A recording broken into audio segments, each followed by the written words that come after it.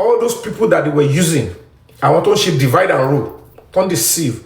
I've been able to put them in their place. I want you guys, I'm giving the 5 minutes, I want to let me know, put the dates now. Come on, baby, mon paro. Eba mi code dates, just mo share account is síbẹ̀. Keba mi wo orin tó wà ńbẹ̀, orin wo ni mo fi play, fi upload first. Kelo gba, ta wa tin tẹ̀lé Mohbad. Àti ń gbọ́ orin ẹ̀.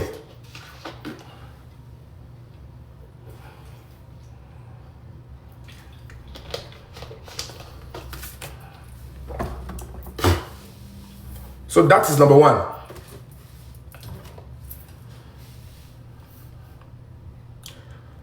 Make I show you where the light is, how we do things.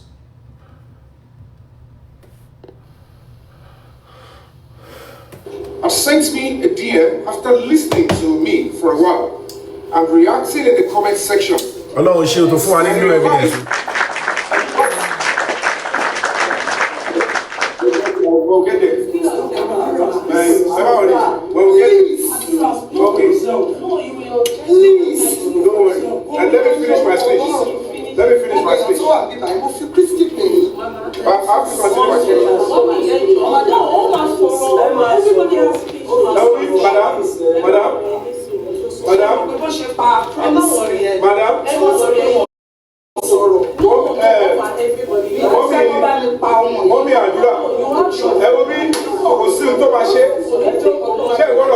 Please power tap and share, guys.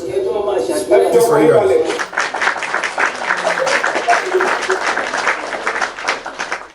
I will always hold my end of it.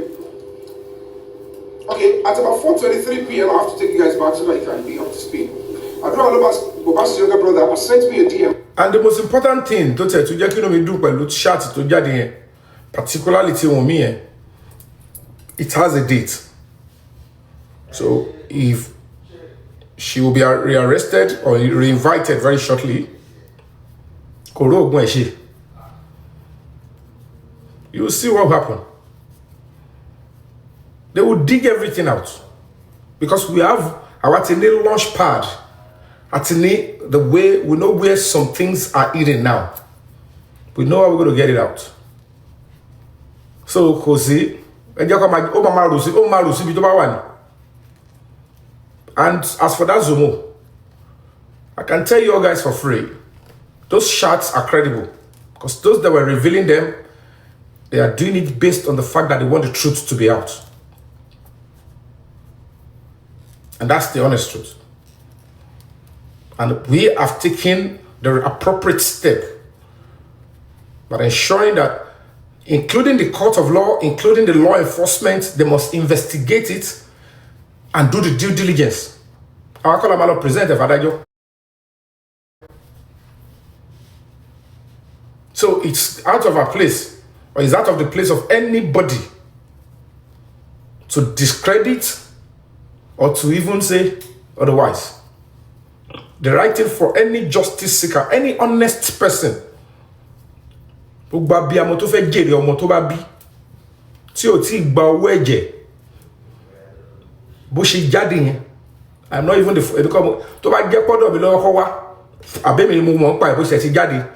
I will be the first to post it.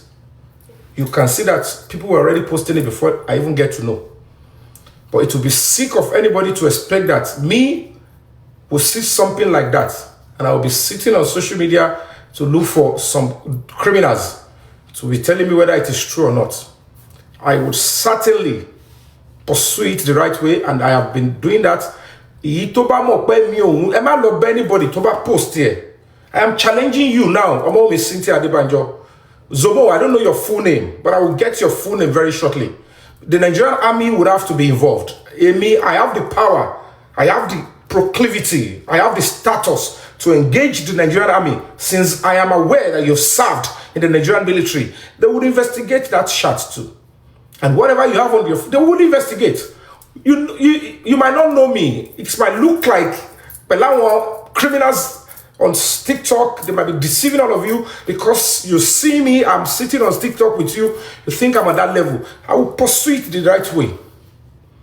And I can tell you for free, because I know the workings of the military, they must investigate for us.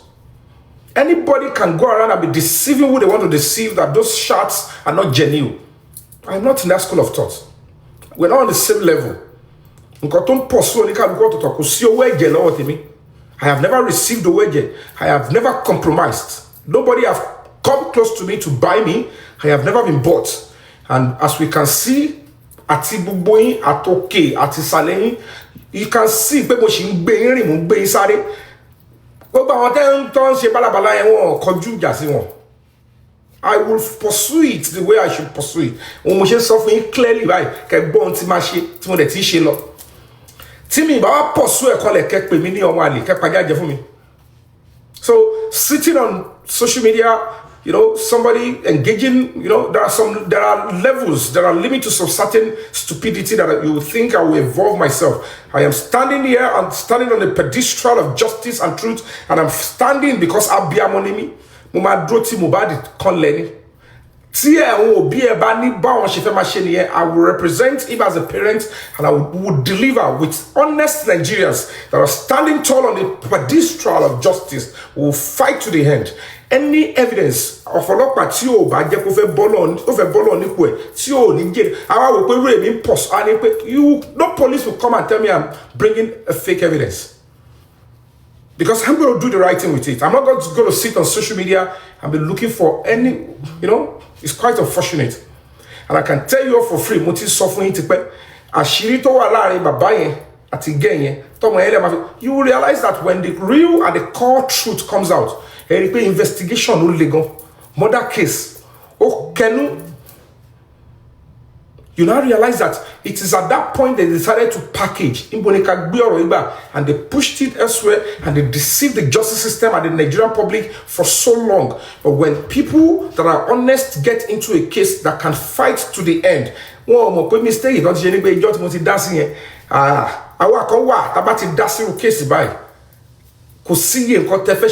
is no amount of threats. There is no amount of double agents. There is no amount of criminals that you're going to send to our way that I'm going to budge. I've told you nobody will become my enemy except I see traces that you're trying to obstruct justice. He becomes my enemy immediately and I will show him my true color. It's not a joke. When I say I want to stand by somebody, I want to stand by justice, I want to stand by human rights, I mean it with every pint of blood in me. Because sacrifice. And I've shown that clearly. I've sacrificed my career, I've sacrificed my property, I've sacrificed my children, I've sacrificed my family, I've sacrificed my health, I've sacrificed my reputation. So what else? I've even sacrificed my life. Because going spiritual openly against those that killed Mohbad is enough for those people to say they want to go spiritual against me too. I am still here standing. I don't know when it will work, but I know certainly God is standing and is still protecting me.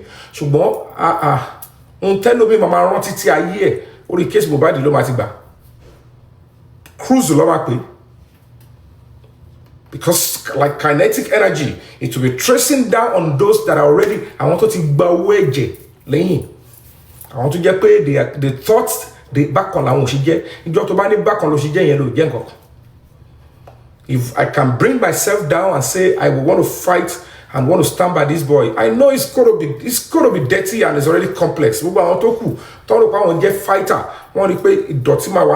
because I want a beer. They are not coming straight and they just back off. The resolve, do I have the structure? Do I have the background? Do I have the tenacity? Can I sacrifice my own safety? Can I sacrifice my own comfort? And that is what you're saying. And that is why you see some people that claim they were seeking justice from Mohbad and they will still be looking for a way to shield and take people out of the case. I said to you, not on your life. We're not on the same level.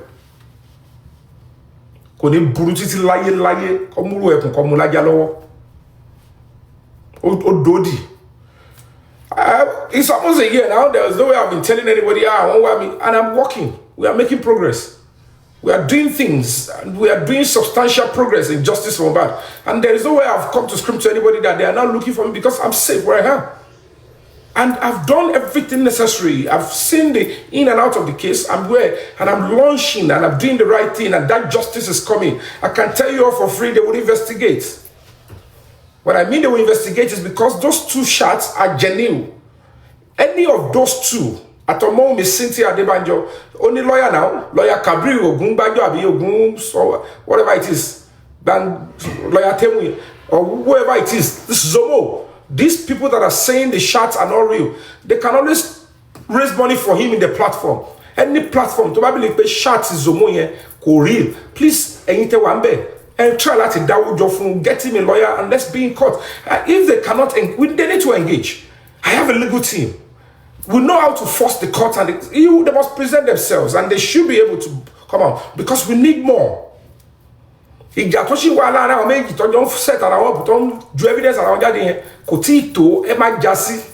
don't know how, whoever Toba Shell is saying, he can't make it. I think remember, you are working for the cause of justice. And gbogbo ìdààmú tó wà lórí case Mohbad àti tó ṣẹlẹ̀ sí Mohbad, ìwọ tó ń gbé jáde yẹn, ó ti ń kúrò lórí ẹ̀, because you are beginning to do what God wants. Gbogbo àwọn tó wà ń bo ẹnu àtẹ́lù kíní yẹn, ègún yẹn ti ń lọ sórí wọn, because those evidence are germane, are correct, are vital. It's quite unfortunate. While I'm putting my life on the line, àwọn tó ń lo that boy Arifa, àwọn tó ń pọ̀ lẹ́yìn, àwọn tó ń pọ̀ gẹ̀gẹ̀ tí wọ́n lè báwí, tí wọ́n lè wọnú ẹ̀, tí wọ́n ní gbé ṣọ́rù, with the level of criminality and betrayal tó ti ṣe sí justice for Mohbad. You could see clearly, time tell me look, don't see me, came my back carry one. It was at that period, oh ni tell me if I bury. But ki wu mi fun ko le fun Arifa, ise ki lo fe se fun won koja pe o fe ran mi lo ewon. Those times the Karimo was sending her in. Ko lo ba ma mu evidence lo si olopa, àwọn olopa yẹn tó jọ ń gbowó lọ́wọ́. Ton sọ fún wọn, ìyẹn ló fatigue Karimo yẹn sọ pé Yomi yẹn wọ́n fẹ́ bá ṣe jọ́ sọ wọ́n máa gbé lọ. They never knew they were dealing with a con artist. And if anybody to leri okogiri to fe jere omo to be, you ask me to lead in the front and putting my life on the line. Lara àwọn ten pogege o wan gbìyànjú lala koko era shiri pe he is actually being paid láti rí pé wọ́n rán mi lọ ẹ̀wọ̀n, because iṣẹ́ wo ni Arifa fẹ́ máa ṣe fún Temi yẹn. And look at the synergy. We may confirm pe Karimo ma take care. They know it's a statement of fact. Any honest person should be looking at and say, no. If you were with us throughout this time, and these people could trust you so much that they could raise money for you. This is how they ensure they get money from the girl so that they can destroy the justice seekers. This is why the guy was hell-bent. I will shout it. But time you thought you pay me at Karimo ti ṣiṣẹ́ lórí ọ̀rọ̀ CCTV. Not sáré lọ enter Karimo sáré bẹ́ẹ̀. Ìgbà tó bẹ́ẹ̀, she accepted. And then the next thing is, okay, how do we corner this guy? I never knew. I thought I was working for the public. And you joke síbi tẹ́wà, ẹ̀rọ mi ṣe dé toru. So tẹ́bá rẹ̀ ní tó fẹ́ pa mí, you will not be angry. Lórí pé iṣẹ́ tẹ́ gbélé mi lọ́wọ́. You expect me to be keeping quiet. So tó bá pa mí fọwọ́ tẹ̀mẹ̀, ilé bàbá mi tọ́jú ọmọ mi. So tó bá pa mí sìn, ilé máa rẹ bàbá mi lẹ́kún. Ìyá mi lọ́rùn, ilé máa rẹ lẹ́kún. Ẹ̀yin gbàdúrà kẹ́yìn máa lábìkú àgbà. Ẹ̀dẹ̀ rí ẹni tó gbẹ̀bọ̀dé rú nǹkan bẹ́ẹ̀ yẹn, ẹ̀yin tẹ́ lè jáde, tẹ́ bá fẹ́ parọ́ mọ́yàn, ẹ bọ́ bẹ́ ṣe lè lo hours láti máa ṣe àràbù. Ẹ wá rẹ́ni tó gbẹ̀bọ̀dé ohun tó kó owó àpapọ̀. How many things will this guy do before the people that you think you revered will come out and be honest to say we condemn what you're doing? If any non-entity is looking at whatever nonsense they are doing with my name now, you ask them, if you have this kind of energy, why were you not using the same energy for this guy that is a true betrayer? Talk about the justice from bad movement. It's like a lot of people thought they were coming on TikTok to massage the depression. This is a war. We're fighting a battle. This is a movement. And then the same people that you are revering, ta ni fẹ́ máa fọ́ fún tó bá ti ṣe òótọ́ tí rí ò bá straight ní ò lè fọ́ fún ẹ ò jámọ́ wọn kan wájú mi. You are a stage fish, ó ti di pàǹtí. Bí o ti kọjá ẹ lọ́wọ́ history mi, mo ti kọjá ẹni tó máa sọ pé wọ́n fi cyberbullying bring down. I'm not that kind of actor. Look at the crime this guy, because the question you should be asking is, what is it? Iṣẹ́ kí ló ń ṣe fún wọn? They can't deceive themselves. They know that shot is real. And I've said it over and over. If they know it is not real, a meeting post here. Please challenge me in the court of law. Ingbati Adura send a minute 3 seconds video. They went to stage one Damola. Bon lo mba mi chat. O mo nkan toju won na ri. O de mo nkan toju won si ma ri. Fupo ti e ko yonda re. Àwọn criminals kan ton e lórí TikTok. That 3 seconds is fake. 3 seconds to fake. Damola sun Ogombo police station. 3 seconds video fake. Osun Lagos State Police Commissioner Office command.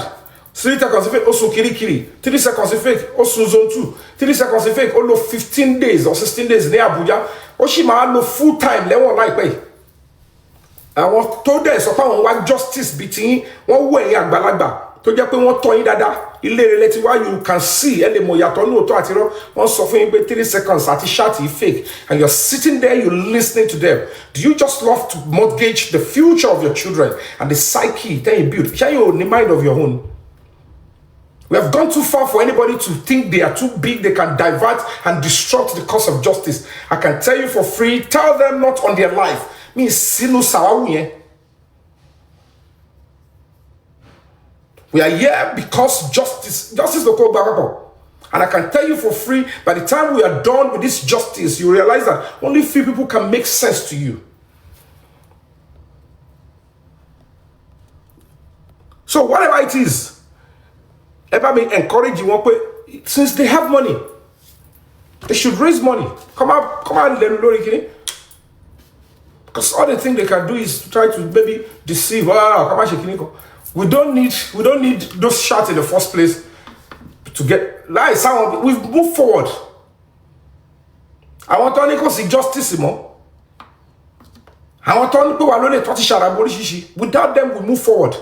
Without them, we've been to court. Without them, we've gone spiritual. Without them, we've engaged. We've done t-shirts. We've gone to court. Without them, we've engaged the media.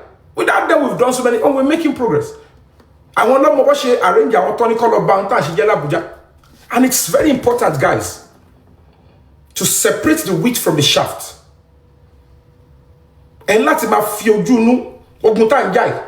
And let him fiojunu. There is no way this struggle to marry Bosheri.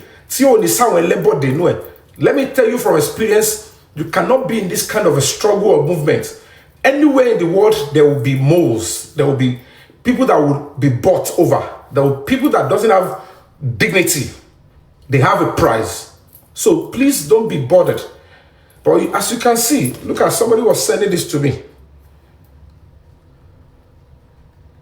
Anyway, everything that concerns justice, everything that has to do with transparency, accountability, that has to do with documentation, steps that I've taken, is not because I can't keep them to myself, but I owe you guys the duty to tell you the reasonable steps we have taken, particularly those steps that will not hurt what we have done.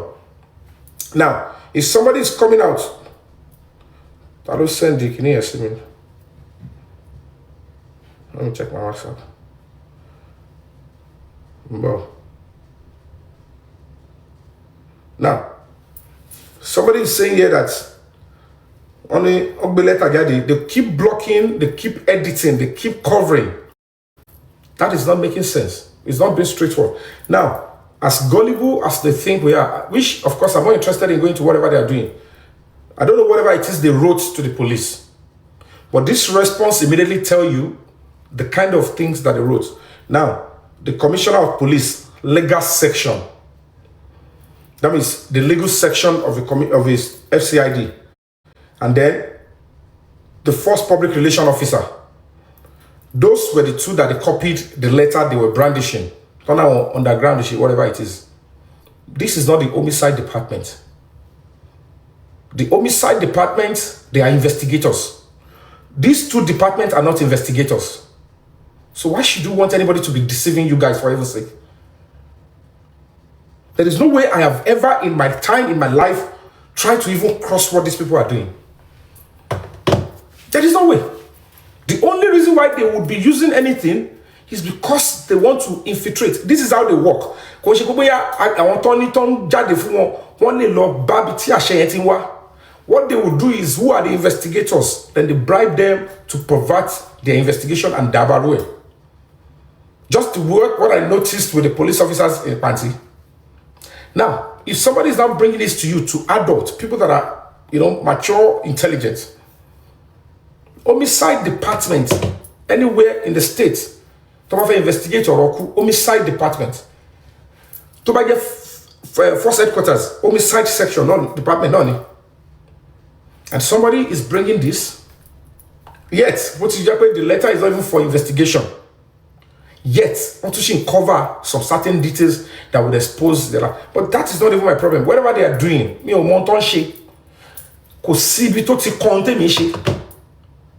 all saw it. I went to arrest suspect. Damola was in court already for impersonation, whatever it is, Tofik Bello. But Olokpa Abuja, they needed him for Mohbad's murder. And it means that the case was active there. I wrote to the president, they get a directive. I was clear and direct what I'm doing. We arrested. I have a video. We got there. But you could see what they were doing. Because what these people do is, they want to penetrate them and start convincing them.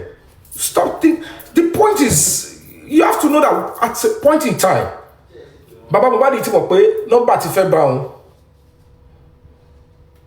there is something that is very open to the woman. You could see in that group, and to about small people here, nickname can be something that anybody can even fabricate.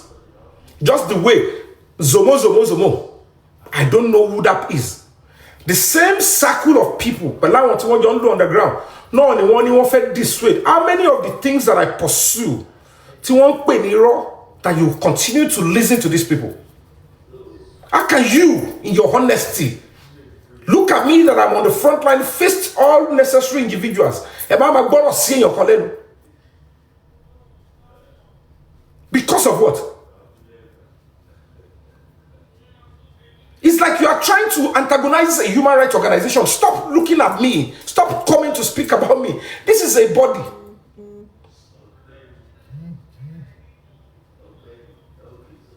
You understand?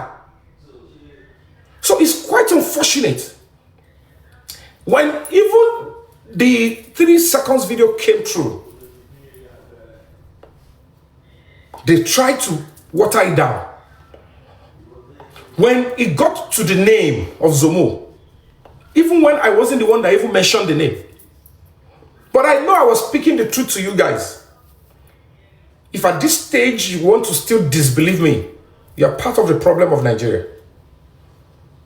You saw what I went through when I was risking my life to look into what is in the 3 seconds video, who are the parties in the 3 seconds video.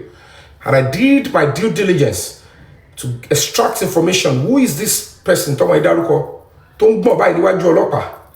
refused to mention the name in front of the world press conference, in front of the world journalists.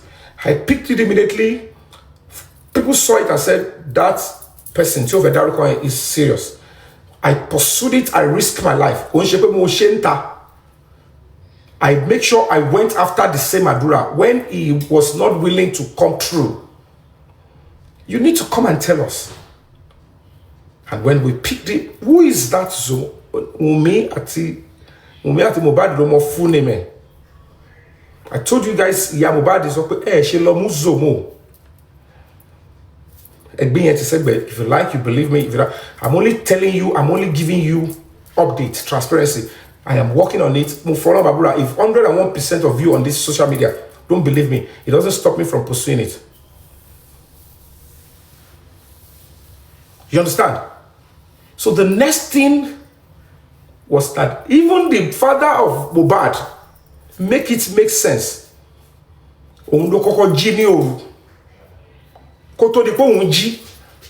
The same pattern. One lo book ije. báwa paná kìíní yẹn sọ pé fake ni sọ pé Yomi fabiyi ló ní kó lọ jí phone. Is it the first time they will be doing their nonsense and criminality? Is it the first? Is it until they make you look stupid? Alábàjọ táwọn ló kékeré tó ṣe ń kó Nàìjíríà tó tóbi lẹ́rú. It's for some people that doesn't have a mind of their own. You believe on unnecessary sentiment. If I can stand and show, Timba reacts, Timba changes only reason because I know what is going on. A minimum more pain Timba will go through. All the old story now come from you. None of those people involved, none of them started this justice for ahead of me. Now look at what he did. He came through. Lóru ẹni tó lóun wá justice fọmọ òun ẹni tó sọ pé àníṣe gbogbo ọ̀nà tẹ́ bá lè rí ọlọ́pàá àti human rights organization tó wà certified. How will we have the third person in the video? The question is àti Wunmi àti Zomo àti Mohbad wọn láwọn sínú video bàbá Mohbad ò ní interest àti ní video yẹn àwa làwa ní interest, and then the next thing he could do to help us is to say pé Zomo yẹn ò délé Mohbad rí. Ẹjọ́ báwo ló ṣe jọra wọn? What were you trying to achieve by disseminating that kind of information at that crucial time to the public? Pé Zomo wọnú lé Mohbad rí, so that attention will not be placed on that guy, because in my very good opinion, ibẹ̀ ni wọ́n ti plan pé squad gbogbo àwa tá wọlé àwa tá wà ń bí pẹ̀lú àdúrà gbogbo wa ẹ jẹ́ ká wá bá ṣe máa divert story yẹn gbàbọ̀ mí, so that attention will never be on us. Tí rọ́bà lọ fún gbọ́dún ìjọ kan ló tọ́ ma bá ta làwọn yẹn tá ní pursue, because I'm not just working alone, I'm working with the law enforcement. We'll get to the root of it. Ṣáàtì yẹn ẹ lọ kọ́lẹ̀ mi tọ́ fún ilé ni kò ṣe kó mo sọ lẹ́yìn. You will see what the Nigerian army will do very shortly.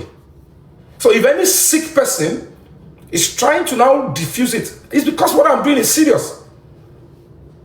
Me, if I'm not for anybody, you might have betrayed the struggle and the job and the movement. I will never betray. You are looking for evidence, and it's because these criminals, they've suffocated the investigation. I want not evidence. They want to yokro. They thought I want to. So for us to now see a fragment of evidence, we need to work hard. And if by any chance we see something, we must be able to hold it. Add to share prayer. If we pray and we are seeing the result, ani kẹ́rì jáde ani gbogbo àwọn tí wọ́n ṣe ìbàjẹ́ yẹn káṣírí wọ́n tún kọ́ ṣẹlẹ́yà ara wọn tó ń ṣẹlẹ́yà tó lákọ. It's not that when somebody chooses to say get drag Yomi, get parọ́ mọ́ Yomi, get mbu, who is the person? Kí ni pedigree onítàn? What is the reputation of the person? Kí ni quality onítàn nínú ayé? Ta ló mọ̀ pé onítàn wà nínú ayé? Ẹ lọ wo record onítàn. Ṣé record ẹ̀ clean gan? Who is the person that want to stain my own name? And if you ever stain orúkọ mi, you must be sure your name has never been stained before. And you must come clean. You must come clean. So when you need to shut up. You're not on the same level. And if that I put myself down here, justice is why I am just coming down.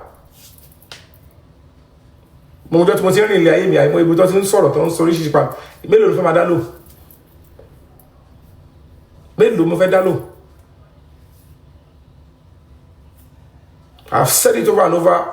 I didn't make my name through destroying people's name. When criminals who are cyber bullies, who are cyber stalkers, who believe in blackmail, sheep blackmails, sheep stories, they think they make name through it, and they are public figures. It's quite a shame that this is a kind of, and it's because the Nigerian society is so porous.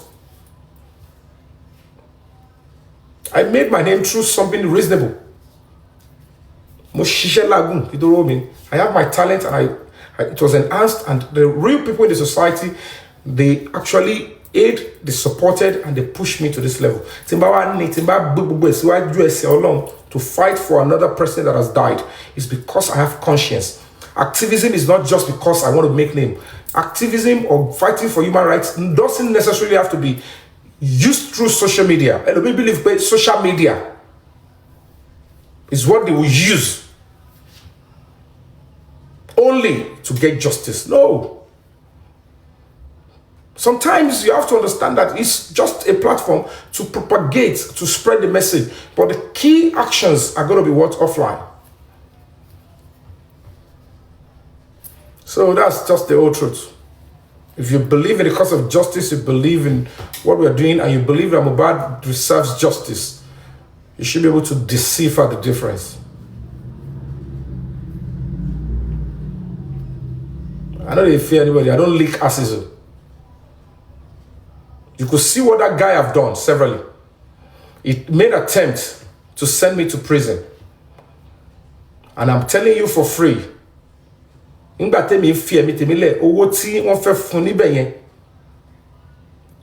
that Temi, that lady, to let my bury send the Warifa, and your is trying. I am the major victim here. I am the major victim. Whatever it is, so whatever soften, say a merino shot here, is to destroy me and do more.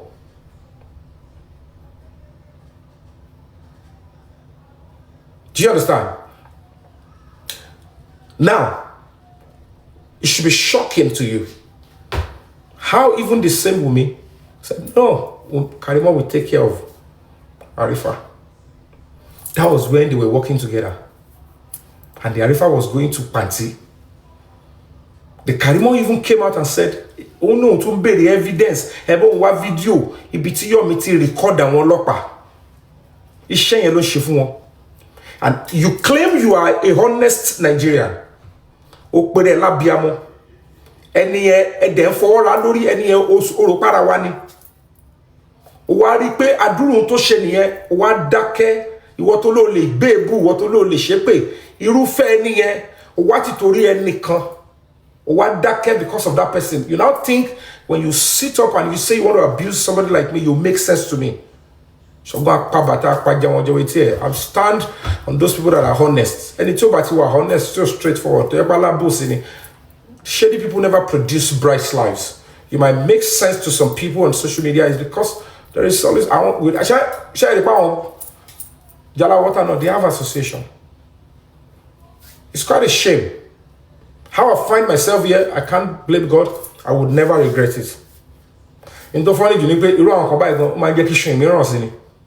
That is when I will fight harder. That's when I will pursue. I speak to the conscience of any to they will trace me down. We will continue to move forward, and justice for Mohbad will come. It's just that into what important for the justice to come, we should be able to take the struggle and the fight away from those junks that are deceiving us that they are our Yomi, our justice, our when you take it away from them till out of their reach, then the justice will come. It will come so easily. So easy and so direct. Please don't forget that the 17th of May and June, the hearing has been slated by the special grace of God. It should be able to work in our favor. And then, if you hear it now, come and hear this one. It's more important to delay. If the way play, when you write better could get rotting and wapa. It will play. After this, I'll read the chart again of the Yomi, the Zomo. And I'll be calling on the Inspector General of Police to investigate. I'm a public figure. I have a voice. I have a name. I have a face. I will stand by what I'm saying out. It should investigate. It will investigate. The Nigerian army will investigate. So don't let anybody deceive you. Can come and create it.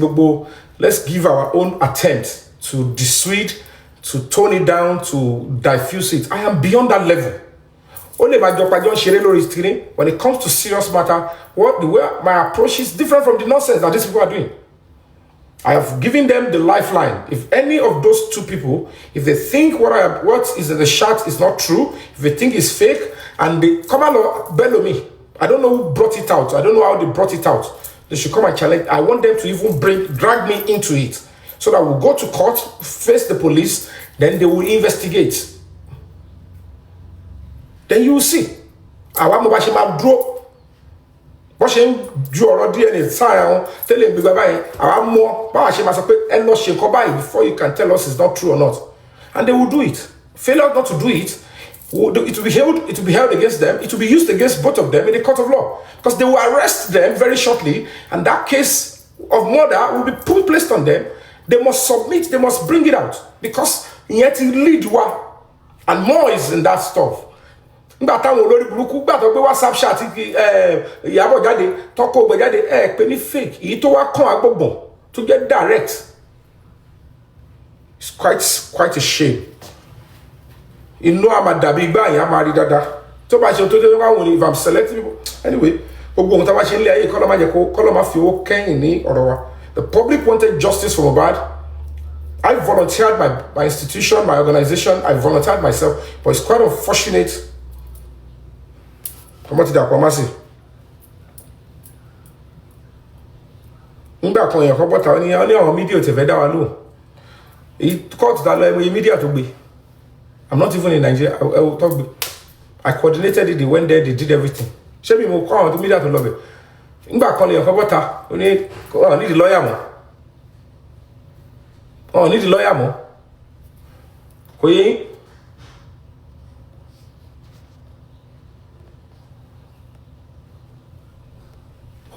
But the other one need the lawyer more. Kilo Chelensi.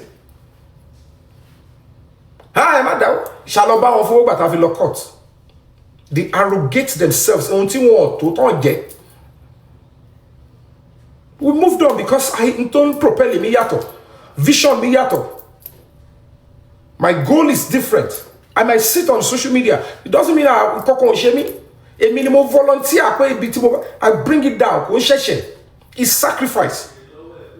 Nígbà case baba Gesha mo ti ti kọ́lé mo ṣẹ̀ṣẹ̀ gbalé service flat tuntun ni mi ti lo oṣù méjì ńbẹ̀. I vacated that place and I went away for 6 months self-exile. But I was able to achieve what I want to achieve. Fair trial, right to bail, child protection. And when the fair trial came on, and attorney job out the Lagos State and they should sentence him to life imprisonment first. Then show me one judgment, show me one evidence in the court. That's a local from trial court to appeal. And it's because at the end of the day, when you speak and you fight for things, people think human rights. I'm an ambassador of human rights. I am not rabble rouser as a social media that just want to think tobacco padulo the social media, then justice will come. No. I've set up an institution, continually if you engage lawfully, I've set it up. The only difference is me, tiny, viable big office. Staff won't share, if you call him no court, lawyer no court. Shamo a case it's Moshelo justice or body. Shamo lawyers to one involved. So if all those lawyers sit in an office, you think this is not a human rights organization. Shemo ya won to call into type letter shemo ni share soju ni. Shemo mo type letter. Staff kan no ṣe.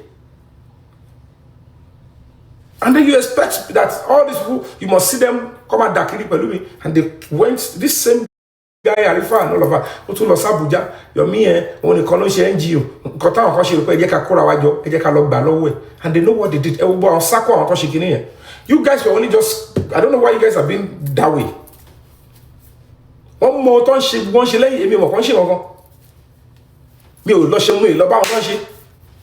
you could see how disgusting and disgusting and incredibly disgusting. Can me on my own case. Can you come along my just because you're me and bank? Look at the same guy that has been deceiving. Last time I want to stop losing. Last November, let that come paint your Jew, or Bobby, or Bong, or cover me. And this guy would deceive you and say he didn't want to cover anything. Kill me, Mabari. She will be taught arrested in Abuja. If they have arrested me in Abuja and you have written a petition with evidence that's in 2024, what that you approve of anyone call me. But she Abuja, she want if evidence here only. Because I don't know how you people will sit down and allow some sick people to continue to deceive you. So possible can arrest you. But she arrest me, go at the Abuja. You only want evidence of a human. lórí lẹ́tà tó ń gbé síta ní 2026 wọ́n dẹ̀ ti arrest Wunmi ní 2025 tó bá arrest ẹ̀ ní 2000 based on your petition and evidence tẹ́ gbélẹ̀ ṣé wọn ò ní fi hàn ní nígbà tó arrest ẹ̀ àbí ṣọ́kọ̀ máa dìbò sọ́wọ́ wákọ̀ arrest Wunmi wákọ̀ máa olójú báyìí ni wọ́n dẹ̀ fún bẹ́ẹ̀lì wọ́n á ní kó máa lọ. Any evidence that is being placed against you in a petition will be shown to you tó bá ti arrest ẹ̀ ẹ̀rí nǹkan tó mú wá rèé fún ẹ o ń gbọ́ kí lórí sọ sí kínní. Simple as ABC. Simple as ABC. So I don't know why these people, I don't know what they are trying to achieve, but it's all important you, Nigerian public, we've upped our game.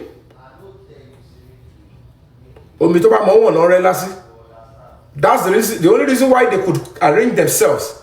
Oh yeah, you could see all they did. It's because now that we've been able to hop our game, because we're not on the same level, we went to court to say, okay, let's get the mandamus. Oh yeah, we're no court law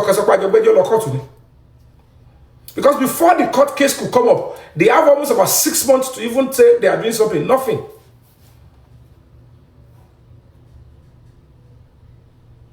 They were all together. A lot of people think about where they just want this boy to die in vain. They want the justice that will save your life, the life of your son and daughter and myself and every other innocent person out there. Based on the justice of everybody, they don't want it to come. Because people, their heart is pierced with hot iron. They are all working for people like that. I want to worry lock Pamubad. I've just said it recently. I've just did a video of challenging the president. Very shortly, I'm going to speak, very soon, very shortly, I will be speaking with the Inspector General of Police. Everything is fish and tell it.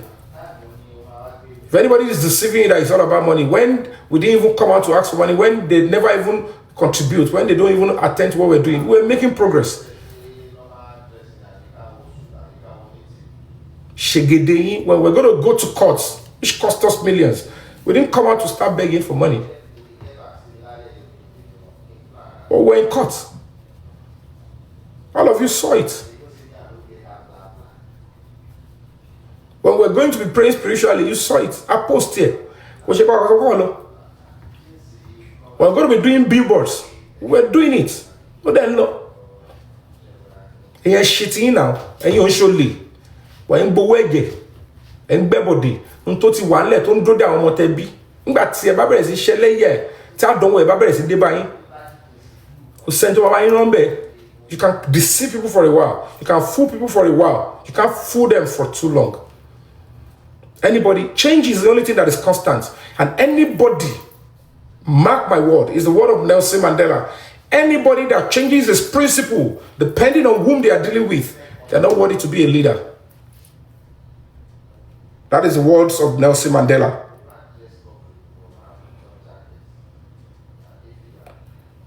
But trust me, we have a credible lead in those two stuff. And we will pursue it diligently, the way you all love it. We won't mess up.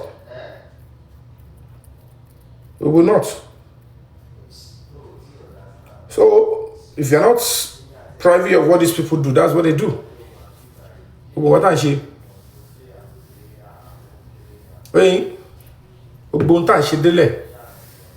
You've seen it, and you've seen how many. Why are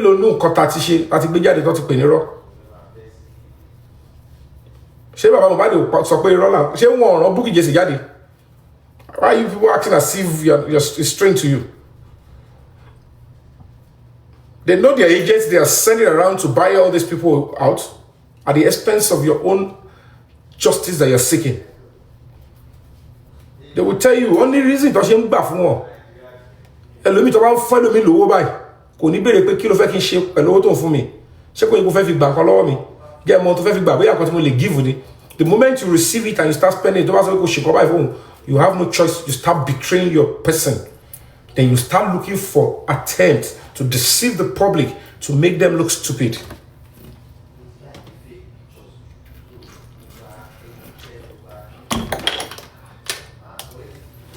And that's what is happening to some of these people.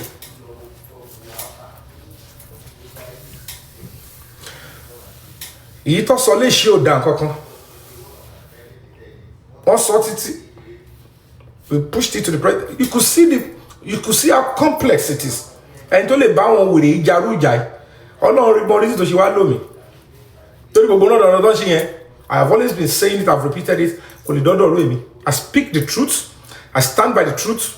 Èmi ti ń bí dorúkọ lórí nǹkan gidi. Kí mi tó mọ̀ kóhun tiẹ̀ wà nú ayé. And when they keep deceiving themselves, power ti wà nú ayé. Ayé ò tí mọ̀ kó wà nú ayé. Wọ́n ṣe, you know, things fool people a lot.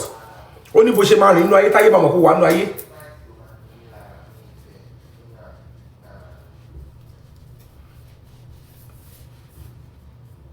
Kò sí yẹn.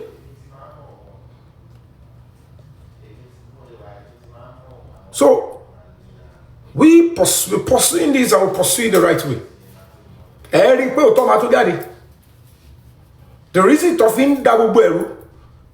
Kìnní kan wọnú lé Yomi fabiyi ó lọ jí kìnní kan DJ Bami òun lórí DJ Bami lọ jí fóònù kìnní kan Wùmí kan bọ́ síbẹ̀ wọ́n ti ní kí Yomi fabiyi wá wo fóònù kò ṣe Zomo ṣé mi ni mo pe Zomo jáde. And I'm telling you guys that ṣé mọ nǹkan tí mo face ni. This video tá à ń sọ yìí tí wọ́n sọ pé video ayé gba Father Abraham ni. They are protecting it. They asked them to go and bring it out. They went ahead, they paid a lot of money. Owó tí kú wá so. I'm very sure the reason why àwọn tí kìíní ẹ̀wọ̀n àwọn ẹ̀tọ́ yìí jáde ni pé owó tí kú wá so. Àwọn bí tí kéèsì tẹ́mi ń gbó wọn lọ yẹn, àwọn owó tó ń lò bẹ́ẹ̀ yẹn, owó ti rù, àwọn èèyàn tún stream orin Mohbad mọ́. Gbogbo àwọn tó dẹ̀ wá ń di tán rep wọn tẹ́lẹ̀, nǹkan ti ń bá wọn ti rí pé orúkọ àwọn ti fẹ́ bàjẹ́, president ó ti wà involved. Èmi ò dẹ̀ ní mú, I will not stop. A máa fún yín gbé, a máa get justice fún Mohbad. Tá a bá ti get ẹ̀ tán, àrà tá a bá fẹ́ dẹ́ ìdámà ẹ̀. So, àwọn tẹ́ ń lò sí wọn ti pọ̀ tó. Tọ́lá kọjọ́ jókòó síwájú kámẹ́rà ni, I'm not, kò sí ohun tó lè mú kọ́ drag mi sí level wọn, máa bá wọn ṣe fraud. I don't do fraud. I can never stoop that low. Orí ò lè padà di ẹ̀yìn táyé máa fi parẹ́. If you see me come out, I come here to expatiate on my truth. And nobody, mi ti rẹ̀ ń tó lè sọ pé òun lè threaten mi. Mi ti rí. Àbí wọ́n fẹ́ kóra wọn jọ. Anything tẹ́ bá rí wọ́n ṣe, ẹ gbàgbé ẹ̀, èmi náà ń ṣe prayer o. Controversy always, wọ́n gbọ́dọ̀ máa dárúkọ mi kọ́ máa ṣe àwọn àgbàlagbà.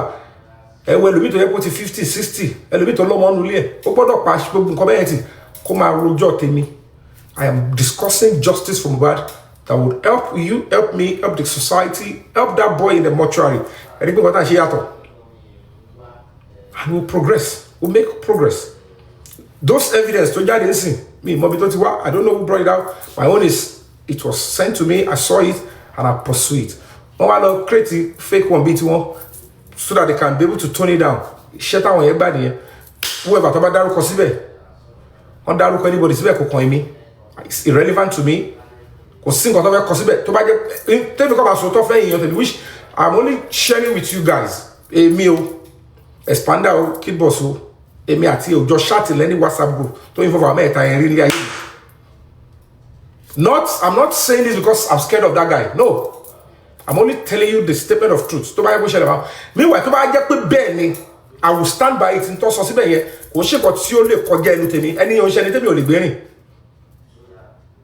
because naturally, this kind of energy he expends to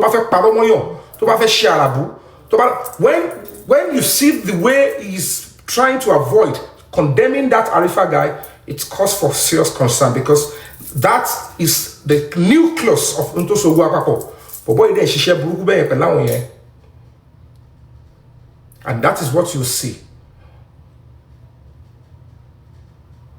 So you could see the trajectory. You could see the way they put people around me. Everybody close to me, they find a way to pay them. And what on here? What on my release 1 year? And will Baba get a Jacob Yomi alone. And one non-entity who are the non-entities that you will tell them that at this stage of this case, this struggle, Yomi Fabi is a liar and will believe you. It's probably those that doesn't have conscience, those people that doesn't have pedigree, those people that doesn't have a serious family name, those people that believe in cyberbullying and criminality, they would make mess and they make a show out of it. Because I'm not, what I am doing and facing, I am only using my pain to gain more strength to represent, because IG, Commissioner of Police, court. Now we're going to be engaging in Nigeria. No, because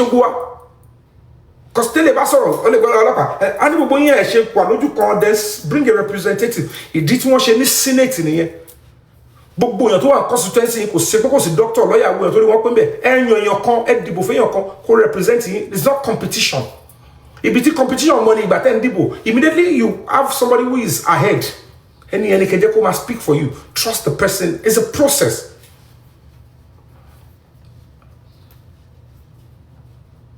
If at this stage we are in court, we need more evidence. Will I be cooking up evidence for faking it when they lost in court? What do I want to achieve with that? Make it make sense. So, man, the evidence. Okay, Toba sọ pé gbogbo nǹkan fake ní AI. So, òkú tó wà nílẹ̀ àti inú ilé Mohbad yẹn náà AI náà ni. Ẹ má jẹ́ kó máa mú yín bí ọ̀dẹ̀ náà. They know, because ẹlòmíì tí ó ti ta ẹ̀rí ọkàn ẹ̀, ẹlòmíì ò ní dignity mọ́, ìṣẹ́ ń bá wọn èèyàn jà. Akọ ìṣẹ́. Don't think that you see people see, ẹlòmíì ò, ẹlòmíì, mo follow my brother. Ẹlòmíì lè wà lẹ́gbàá tẹ́gbà ò lè gbà. Ẹlòmíì àwa lẹ́kọ̀ọ́ kò lè kórè kankan. If you look at that evidence, ó dẹ̀ wá justice orókùnlé nílé orí staircase Mohbad ṣé AI náà nìyẹn. Àwọn ọlọ́pàá gan ti swing into action. They saw it, they said, wow, we're moving. We're taking the right step. Àwọn tó súnmọ́ àwọn guys yìí, èmi ò mọ àwọn tó ń jẹ́ kí gbogbo orúkọ tó wà ní ṣáàtì yẹn, mi gbọ́ nílé ayé mi. Àwọn tó súnmọ́ wọn máa mọ̀ pé gbogbo orúkọ tó wà ní ṣáàtì yẹn, they are the right, àwọn ló mọ orúkọ tó screenshot ẹ̀ tó ṣe wẹ̀, ó mọ̀ pé orúkọ tó jẹ́ wọn pera wọn nìyẹn. Maybe those are the people in the same court group. I don't know. I don't know who they are. But èmi àwa rírun nǹkan bẹ́ẹ̀ yẹn, màá wá jókòó tẹ́tẹ́rẹ́. Kí ni mo wá ń ṣe wàhálà fún? Is to push it out, escalate ẹ̀, kí ìjọba gbọ́ sí. Kọ́ lọ yẹ̀wò tó bá mọ̀ kó lẹ́bọ lẹ́rù Zomo tó bá ti kọ́kọ́ submit irú eléyìí sìn, just go. When this Wumi, I was saying that there is a warrant of arrest. You saw what the one kini kan lárí ọmọdé àṣẹ gbogbo àwọn wèrè orí burúkú kọ́ mọ̀ padà láàmú ni. It's quite unfortunate. Mohbad wọ́gọ̀ òkú dáadáa bó ṣe kú ìgan because gbogbo àwọn wèrè tó ń jẹ́ kó máa fún yàn ní wàhálà yìí. Nígbà tá a ṣe wàhálà títí ní zone 2, wèrè kan sọ pé kò sí nǹkan tó ń jẹ́ warrant of arrest. Mo lọ sí border, mo lọ sí kini to ensure that lè họ. Nígbà tó tún yẹ ewu wàhálà, ewu double wàhálà. The same people in this justice not normal sáré engage. I don't know èṣù tó máa ń gbé wọn wọ̀. The next thing mo tún gbé wàhálà lọ. Mo tún pẹ̀lú ọmọ mi ni o. Mo tún ṣe wàhálà lọ. Mo tún fúnà, mo tún fly láti London. So owó ni mò ń wá. Mi ò ìṣẹ́ ń bá mi jà. Ẹ wá ti mo ti wá rí owó, mo ti ra tíkẹ́ẹ̀tì lọ London. Mo tún wá wò padà. So owó náà pọ̀ lọ́wọ́ mi débi pé nígbà tí wọ́n ti dáwọ́ tó pọ̀ fún mi tí mo dẹ̀ ti wá o, mo ti lọ London. Mo tún wá padà wá.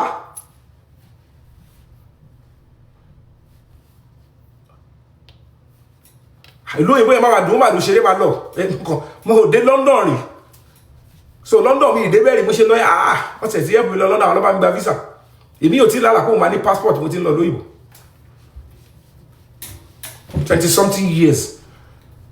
You see an actor that has built his name as race, and you are still allowing some sick people to be bringing that person down because I'm so available. This will be the last time anyway. Enough of this old nonsense. Tiru boy yẹn bá wà no team mi pẹ̀lú gbogbo tí mo rí tó ń jáde lórúkọ ẹ̀. Tẹ́ bá ní fake ni WhatsApp chat tí kárí wọ́n gbé jáde, voice note tó gbé jáde tarifa ẹ̀ fake náà ni. Did you see the people tẹ́ gbójú okùn lé? Did you see them condemn it the way they attack people? Kí ló dé tó máa ṣe dá yẹn sí? What does it continue to do more damage? It's because they are playing divide and rule pẹ̀lú yín. Ó ṣe yẹn, wọ́n bá mi sọ̀rọ̀. The same people ask me to forgive. Wọ́n kò maybe ó ṣe ṣe bóyá ibi ń pa ni. okay, no problem. I forgive. Yomi until the same set of people on sponsor later mo tún yin kan leo náà wọ́n tún fi replace Arifai kó lọ ba gbogbo nǹkan tèmi ṣe jẹ́ l'Abuja. If you people are honest with the public, give account. What are you doing? Clear that shit in secrecy. On Only Timon the case if you are in the court on behalf of Mohbad and the Justice for Mohbad movement. Only India kill enje. Let her tell cover enje. On fit jubo, on fit pestible letter. Letter you can in con cannot on tell bibi agogo. Ikini oku, ikeji oku, iketa no oku, in kokono letter. She mina.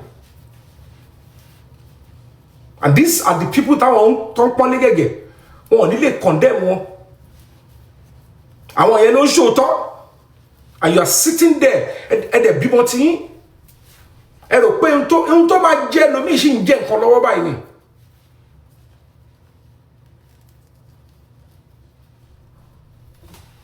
So ti yín. So whatever the case may be, ẹ fi ọkàn balẹ̀. We're working hard and they would investigate. Those two shots, they would investigate and use it appropriately. What I mean investigate means that they will investigate it, get more facts. And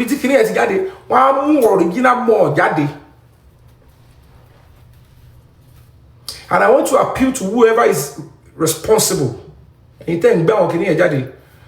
What you are doing is holy. You're doing what is right. You are helping a voiceless. Bobadoli, so thank you more.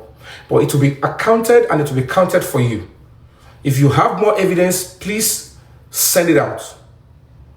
It will be blessing for you. These criminals that killed Mohbad, they are a group of people. But evidence to one only they've covered it and they only have it. They thought I want to call one name. And that is why they are suffocating and frustrating the investigation. Especially when with the family, they diverted the cause of justice. But the spirit of Almighty and the spirit of that boy, do it, and you've started well. Please do more. Release more. Put these people to shame. They must be put to shame. We are pursuing what is right. If it's just going to be one person with me, I'm fight on. And trust me, we'll get to the promised land. Trust me, we're going to get to the promised land. We'll bring that justice to that boy because it's going to save so many souls. It's going to save so many souls. If you're a honest parent, those evidence should be of concern to you. You must fight to ensure that they get to the root of it. Don't allow any sick person to be downplaying it and water it down on social media. We're not doing that.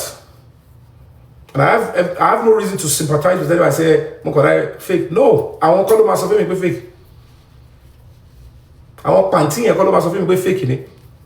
Push it and they should do the right thing.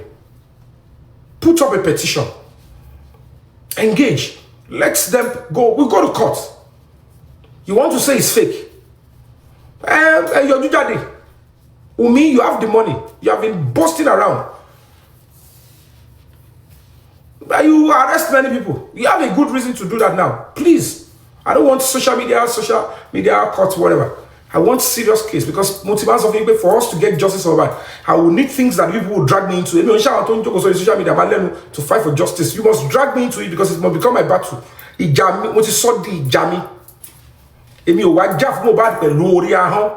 I have come to fight with my everything. Now. So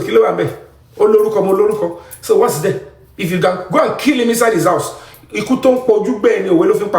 am fighting so that it will not repeat itself on myself, on my other colleague, on other innocent fan and Nigerian like myself. That such things will not happen. This is terrorism. You went in, you terrorized the boy. Who is the Ali? You want me or Mohbad no ni e ti sure ti pe is kilo faja e be paro pe Mohbad ati Zomo ti ja kí ló fàjà wọn tó fi lè le tó yẹn tí Zomo tí Mohbad kì sórin kí ni nǹkan tó lè fàjà wọn tó le tó yẹn. And then it was at that point when he was already weak, he came into the house with his old goons or whatever it is, until you bring out shot yẹn photo tẹgbẹ yẹn òkú Mohbad yẹn nínú ilé Mohbad yẹn, nobody can deny that. Only even most of all the police officers, they know it's a statement of fact. And we will get to all of you. Irritated and fake, which fake here. Imitative toward the pelui. Mumad badi they will arrest you, Zomo. Wumi, coach me, people sorry and me. With that shot, you are going to be getting arrested again. I can bet with everything I have. Loshe Logun. Ogba won we te time. Àwọn pantila won yen. Pe won shini gbe the way you escape it the other time was because I was being honest with the detectives. When those criminals were acting like they were also seeking justice. But this time around, Tabati back court order. And some sick people should continue to indulge you. A criminal is brandishing. You cannot even phantom it. It's a bad life today. What you claimed was an approval since 2024. It was a letter written to the legal department and PRO. Is that the investigating team? The letter that is coming from the homicide department that were investigating the death of Mohbad, I published everything. Me cover number because I have no reason to lie to the public. And the same people told me if your brain cannot decipher that those are the people that are deceiving you, then you have a serious problem.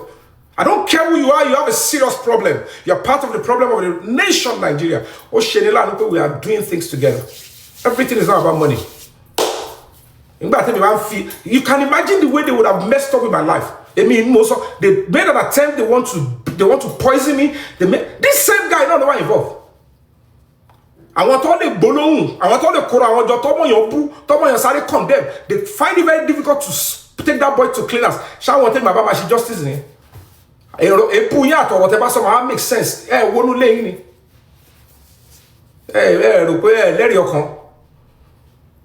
How many damage would the guy do before all of you will speak that, excuse me, we need to sit up together and condemn this act? If I now stand up and say, if you fail to condemn it, you are now becoming a different person to me. You think,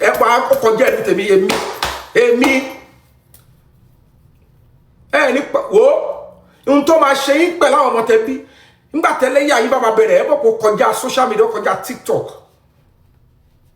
In 2 seconds. You keep deceiving. You cannot. The only difference that I sit here, I decide to engage with the public because I'm very open and plain. I am leading. Ori, Yomi, Allah, go and do this. I choose not to lie to the public. Everything, really what they call it, you're not even looking at it. Why would the father of the boy be protecting the Zomo? Why would Wumi, even if you're not intelligent, you should be honest with yourself and sue yourself to the court of conscience.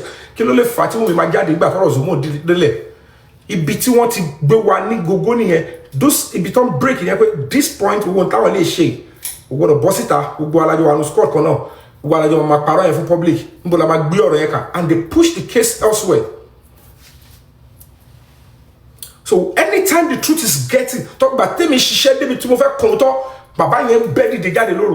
who is the father that I will not challenge him? But I challenge you to be on stage. I am fighting for justice. I mean, face I am mind me clear justice to work with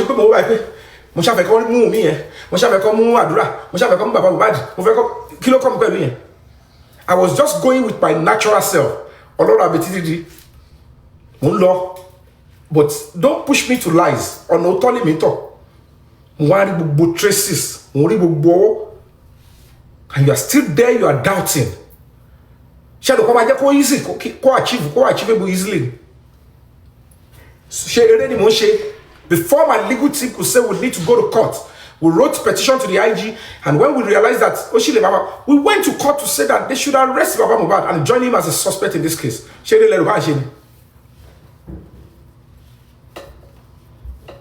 Timothy Soko, the lawyer, he doesn't have a brilliant lawyer. Why are they not coming out to say they want to sue me?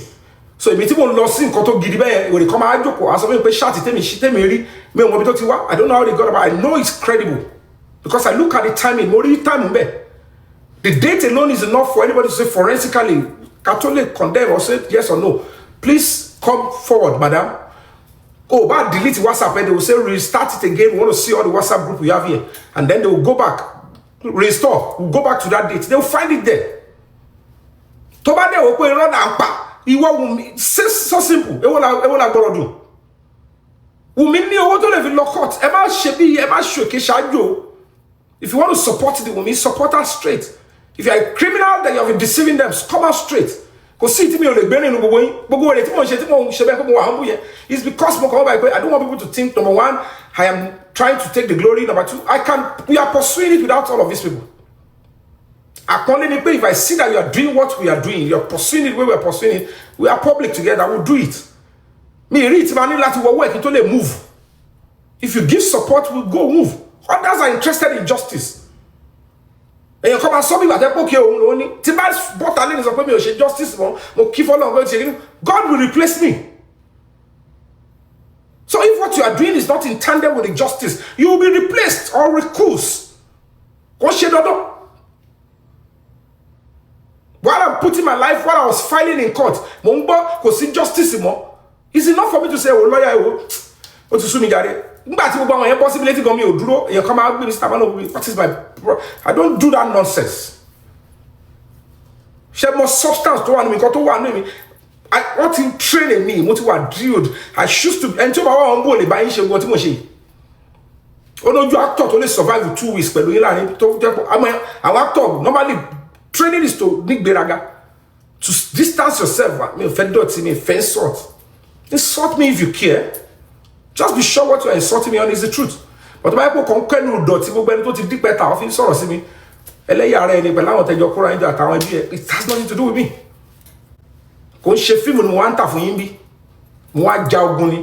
So why would you be a fighter and you are bothered about somebody lying? I want to bolon to pedegon. One mark with the bass of oh, Shotona. Is only fighting for an Etiole Jafuremo. It takes an only compassion. Look at the way I was treating Ati Damola, Ati Boboye. They will tell you. But if I'm about that, oh, sorrow now. Only your fabiyi, no very poor lawyer. Only your fabiyi, only coffee longe. It's because it's in me. I am just naturally humane. I believe in humanity. So, Tibani mo fe ma jafunyan. Mo ko se pe mo fe ma se, pe mo fe ma kose, ko se pe mo fi se ako, ko se pe mo fe fi loruko. I have said it repeatedly. Echo activists to one Nigeria jade. Ketobu force 2. Tony structure Timoni as a human rights activist locally and internationally. When my try. Me shock conjure and me share fi gbogbo awon kini e je ma fi gba grant kakiri. It's part of my job. I have the templates to do it. But to register NGO, or to have a star or is enough for you to negotiate and say, I want to do social project.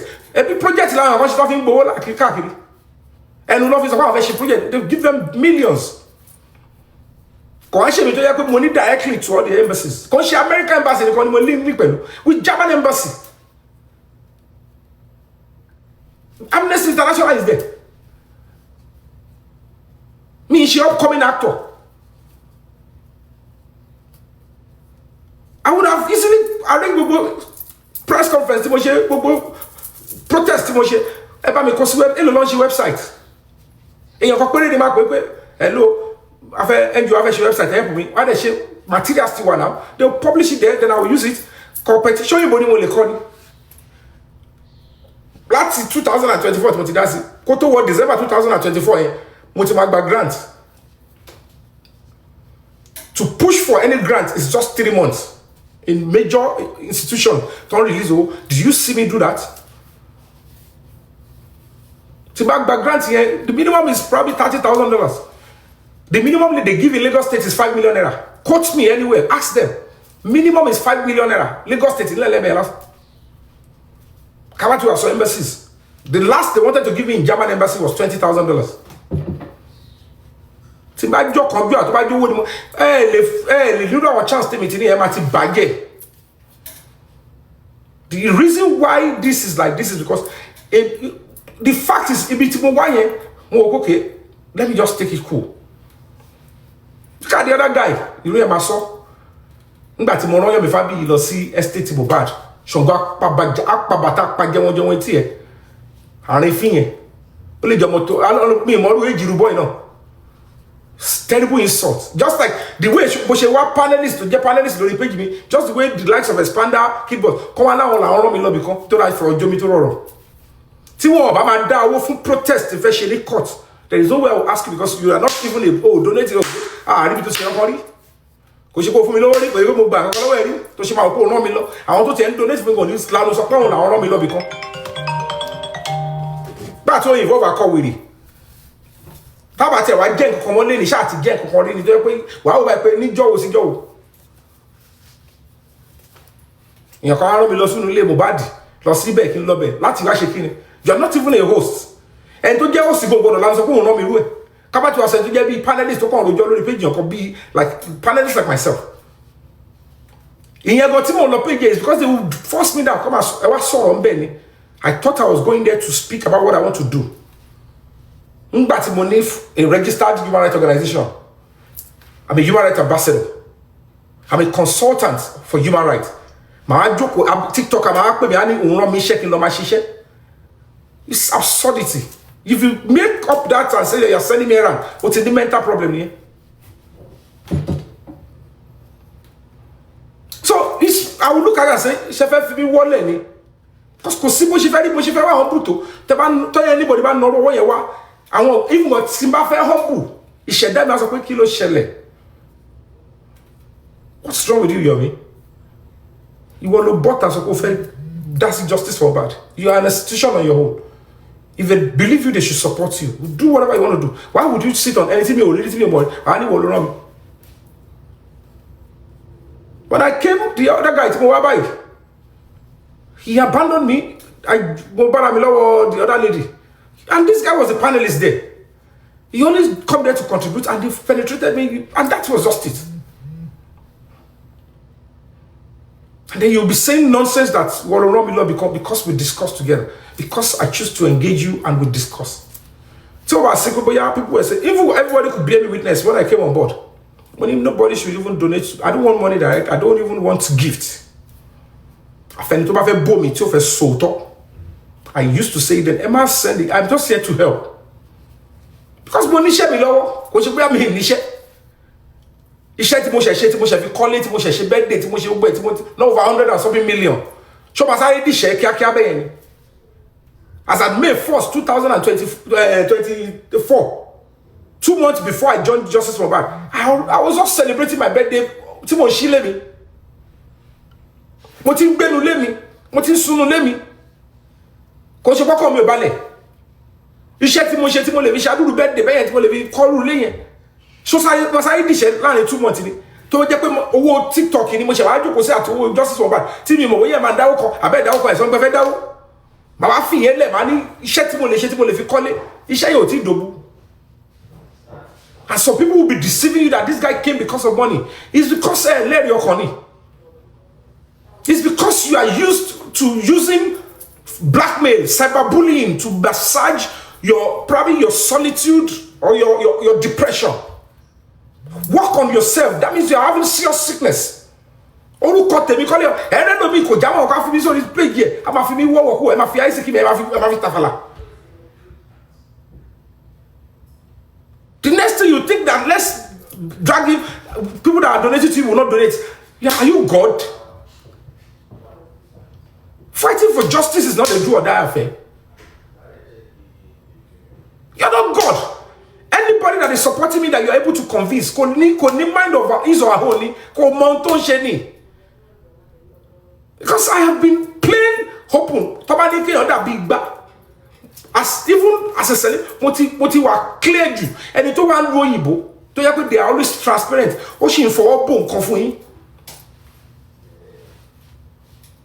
ṣọ́ láàrin ajé ló mú ní pẹ́kọ́rọ́ if you can continue ẹni irú ẹni yẹn tí irú ẹni yẹn ò lè mọ̀ pé ní sùúrù ẹlẹ́kọ petition sí IG wọ́n dẹ̀ approve ẹ̀kọ́ tẹ́kọ́ yẹn ó lọ pẹ̀lú ẹ̀rí àbí wọ́n ti wá ẹ jẹ́ ká gbà pé ilẹ̀ wá ṣe tán fi arrest Wunmi yẹn there is no way she will be arrested they will not show her the evidence they send so kí ni wá di 2026 kò ṣe ń cover ẹni tó àwọn èèyàn pé tàbá jẹ́ kán rí Wunmi yẹn máa rí ṣé ńgbà tó mú yẹn wọ́n ní fi hàn ni we can't continue like this. I'm not in competition with anybody. When they said work, I said, okay, no problem. But I can tell you for free, these people want to talk about my danu ni. Tí bá ṣiṣẹ́ lọ báyìí, má danu. Ó máa ń ní èmi lára. Because kò ṣe ẹ̀yin lẹ́kú. A kò come together pé ká ràn bọ́ yẹn lọ́wọ́ ni. Tẹ́ ẹ̀ bá dẹ̀ ti ní ìrànlọ́wọ́ tẹ́ bá ń bá kọ́tí òṣìṣẹ́ máa ń níyàn lára. Ẹnu bí bó ṣe wà yẹn kàn pa justice for Mohbad ni kò ṣe pé òun gangan. Kò sí passion, kò sí empathy yẹn mọ́ fún pé ọmọ ọlọ́mọ ó wò kúwò ẹ jẹ́ àṣepọ̀ òun ló kú jáde kémi ṣáà mẹ́kẹ̀ẹ́ ní tèmi èmi ò ro yẹn ẹ̀yin lè má ro yẹn orí bíbọ̀ dásán ìmọ̀ye millions láti ná à ń parọ́ náà ní ìṣẹ̀bí bíbọ̀ ló wà mẹ́ the locations are there go and see them yourself for people not to even cause unnecessary insult àwọn tó ṣe bíbọ̀ dẹ̀ sẹ́ndẹ̀ sọ́dọ̀ wọn I don't want unnecessary insult. To now think some people back on it, to bá ti ń gbé anybody kọjá orí tèmi, you are sick. To bá ti rò pé yàn kan better láti insult tèmi, ẹni ó kọjá báwí, ó ti ní mental problem. Ayé ẹ ti fẹ́ because ó lè expect to give me life tèmi mílẹ̀. Ṣé mo ń ṣe ẹrú anybody? Do you think my life depends on all this nonsense? Èyàn á máa ṣe ségesège kò ní yín ní yòótọ́. Àwọn kọjá ẹni tèmi. It's madness. Kò sí bí a ṣe fẹ́ ṣe wèrè pẹ̀lú mi gbogbo ọ̀nà a máa fi jọba náà wí ni. Do you think ọmọ mi wọ́n ṣá ní orí? No, I suffered the pain. Èwo lọ́mọ ẹ̀ ti ní problem. Ẹ bóyá bí tí mo ti sùn tí ò bọ́ sí ni.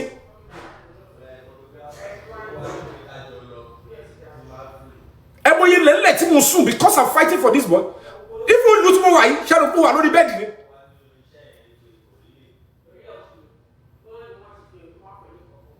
Ibi tí mo dúró sí ẹ̀dọ̀ náà ni mo ti ṣe show. Mo kàn fi package book as a celebrity and create a background to make sense. Let me show you so that you can see.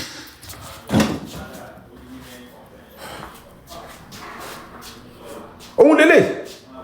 Ibo le rí. Ẹnu ọ̀nà. Mo kàn package ni. Ṣé ibi bàtà wà? See.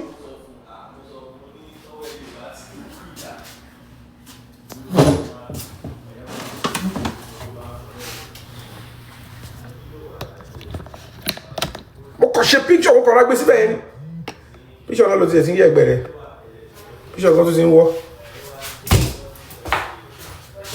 lórí burúkú kọ́ máa ń bàbá wọn ti ń wọ́ ṣe bí mo kọ́ra pákéjì ní gbogbo ilé pákéjì ní gbogbo ẹ̀ tó ń pè pákéjì lélẹ̀ pákéjì ni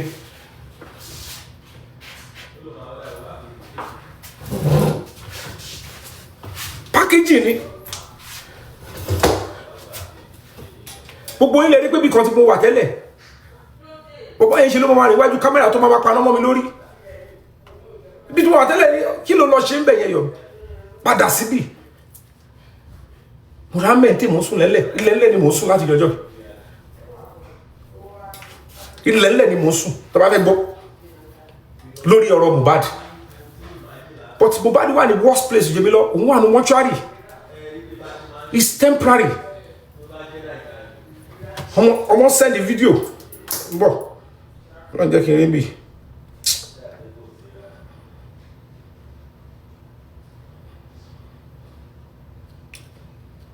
how many of you can risk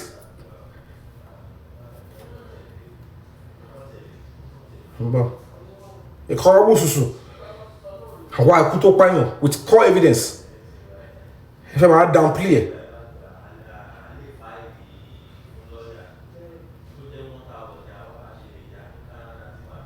bro that's Kelly, please just send this to me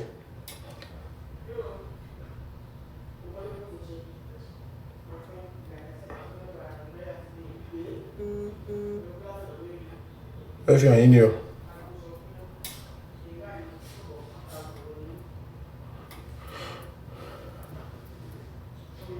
But let me just show you like this. This is the last stuff. Video to play for you.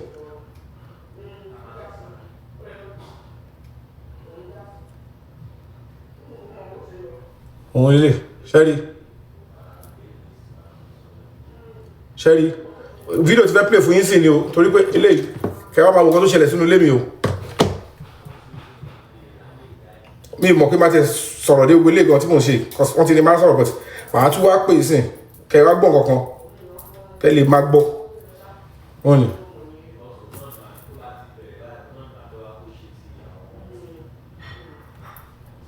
Kí ló tó sọ̀rọ̀? Ẹ ṣáà ìmọ̀ àwòrán mo wọ̀ lórí gbogbo owó kìíní ti dànù inú ilé mi nìyẹn o ṣẹ́rí gbogbo gazebo inú ilé mi ṣẹ́rí gbogbo ṣe rí ṣẹ́rí gbogbo kìíní ẹ̀ ló ń jẹ sílẹ̀ ó sọ̀rọ̀ náà àbí ok ó dáa kó send the audio ni.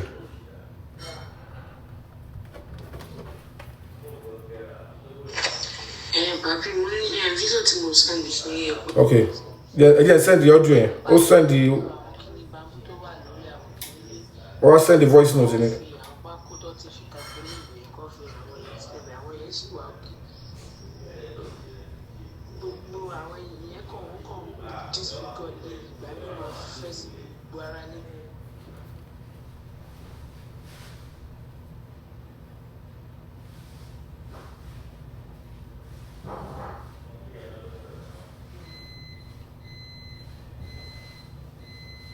A máa fọ́ fún rádaràdà o nǹkan ti kọjá gbogbo tẹ́wọ́ yẹn wà á bọ́ on a straight line you can send the ó send video yẹn máa play video yẹn fún yín sìn wọ́n á send ẹ̀ pẹ̀lú audio.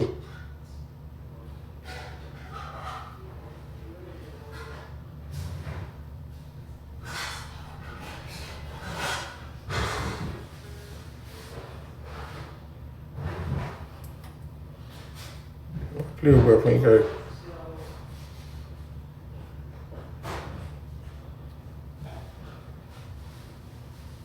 ọmọ ìlú máa mójú tó lè ṣe owó ẹ̀ a ní ṣe ní padà sí Nàìjíríà yẹn play fún yín jàre.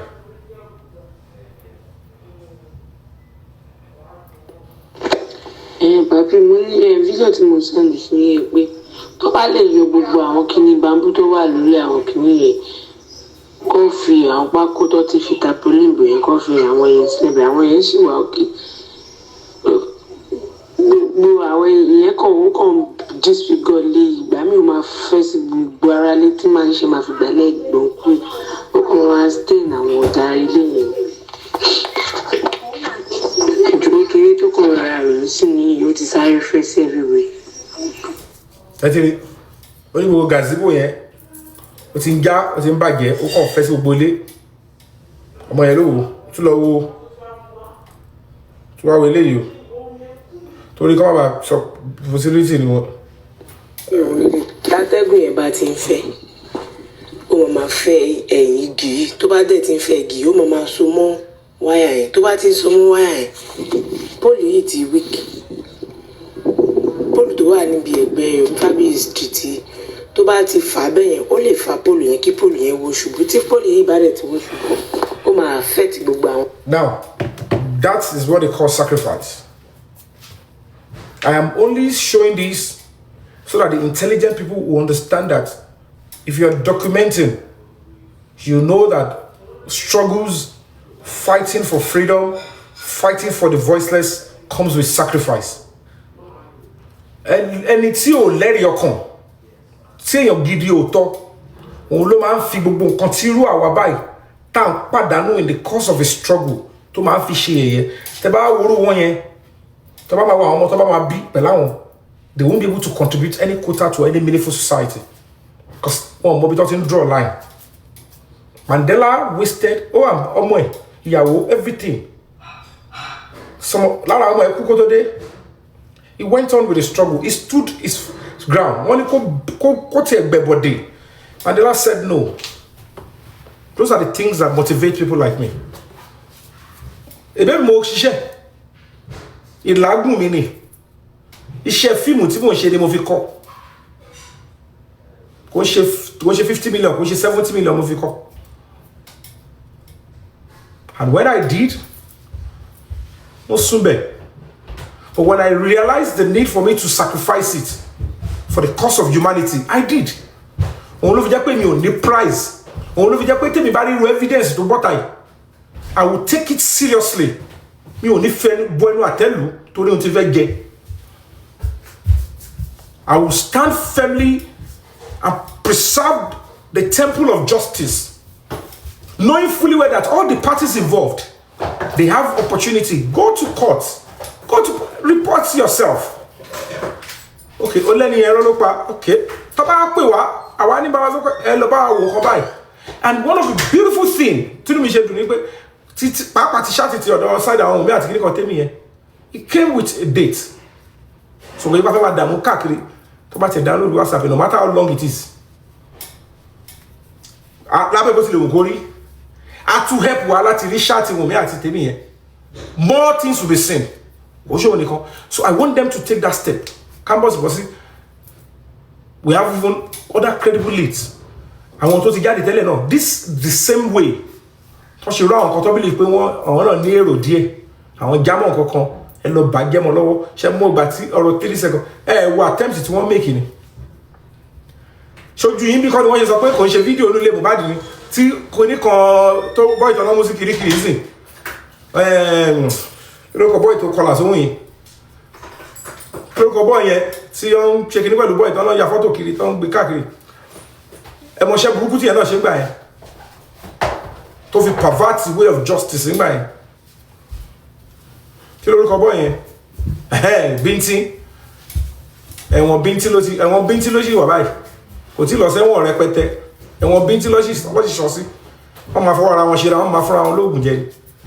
So at the end of the day, when you saw the way they were doing there, all should you along your consent, and my want to machine. Our man Lonico lost the Ogun, or man lost the Ogun, or into my nation, and my lagu Emile before any other, and lost the Ogun, not in Bogun Gidi. Can it to bag your pay your me fabiyi, or my did to Kubra, or mon pa, or shati, and faking it, all over Hunjo. Kí nǹkan ṣe mí kó ṣọmọ tí ń bá bí ṣùgbọ́n ẹnikẹ́ni tó bá ní irọ́ ni mo pàtẹ́rí kó ti bọ́ta sọ ẹ dárúkọ onítàn kí nǹkan ṣe onítàn kó ṣọmọ tó bá bí ẹ lọ sídìí Ògún gbogbo ilẹ̀ ẹ lọ ṣe àdúrà ẹ tẹ́ ẹ bá ṣe mi máa ṣe o. That is to let you know the people you are dealing with. But in tó lè make it say ẹni tó bá mọ̀ kó o jẹ́ neutral person I can even send the money.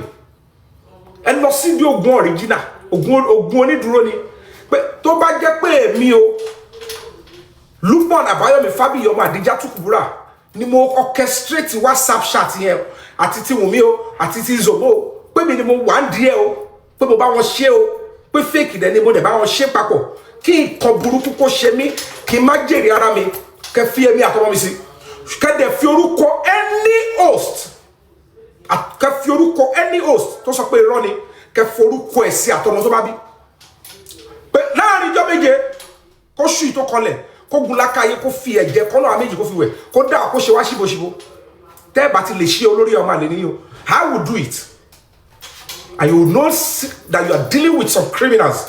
They just don't want that boy to get justice. Wọ́n ti jẹ́ dodo owó ẹ̀jẹ̀ ti wà lọ́wọ́. When you see àwọn olóògbé kan tó bá rí káàkiri èmi á máa fẹ́ mi tèmi lẹ̀ fighting for what you guys wanted ẹ̀yin náà lè máa gún mi ní ọ̀bẹ lẹ́yìn. And you know, like any little thing,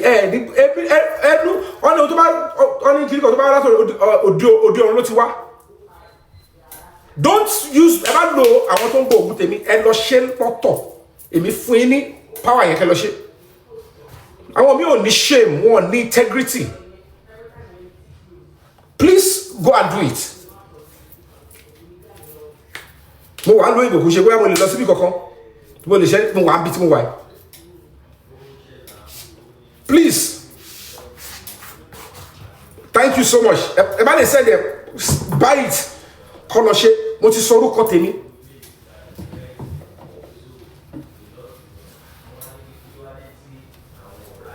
Mo ti sọ orúkọ tèmi. Tẹ́ bá dẹ̀ ti sọ anybody tó ti sọ pé irọ́ ni, tẹ́ mọ orúkọ ẹ̀ ní, tó sọ pé irọ́ ni, pé fake ni, ẹ dá orúkọ wọn sí. We must be seeking traditional justice la gbọ́dọ̀ máa ní kíákíá, because gbogbo ìta máa ń ṣe káàkiri ẹ̀. Meanwhile, I've challenged ọmọ mi Cynthia Adebanjo. I've challenged this other lady, come and be now. This tell me whatever. She can easily report to the police. They will investigate. Tó bá ready kó tó bá sọ orúkọ mi wà níta.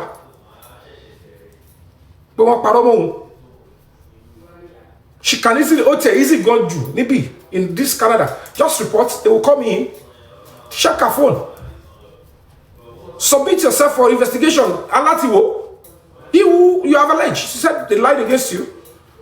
Then they will. I want to be gbogbo ẹ̀ jáde. Nǹkan tó easy jù nìyẹn. Ẹ má tẹ̀ lágùn jìnnà. Ká kọ́kọ́ settle that party bẹ́yẹn. Then we'll go to the next one. But I can tell you all for free, as a human rights organization, this is not Yomi fabiyi. It's already with the right people and they are working on it. The police in Abuja, they are happy they found it. They will investigate as well. So while they are doing that one, ẹ lọ ṣe ìtí mo sọ yẹn. Kẹ́tìtì lé ẹ wo bí àwọn kìíní yẹn ṣiṣẹ́ fast. Ẹ rí kíákíá. Owó tẹ́lẹ̀ mi owó ẹ̀jẹ̀ tẹ́lẹ̀ mi ti gbà yẹn. Òun ló máa jẹ́ kí nǹkan tó bá jẹ́ mi lè mi parọ́ tí mò ń ṣe ó gbà lọ́wọ́ yín. Á jẹ́ kí nǹkan tẹ̀ ṣe yẹn kó tètè mú mi. So simple. Just you understand? You are dealing with some people that you don't even know who they are. They believe, thinking, blackmailing, lying against people. I could remember Batova Paroma Espanda and Big Josie. You saw the energy.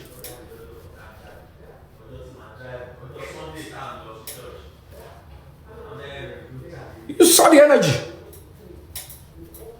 So they keep lying.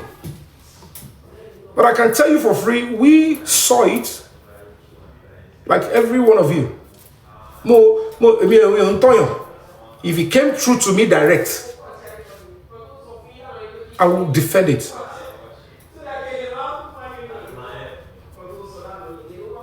But if I saw it, I believe it, and I want it to be investigated. Because if you look at the timing in that particular shot, but look at what why are people that could have justice? On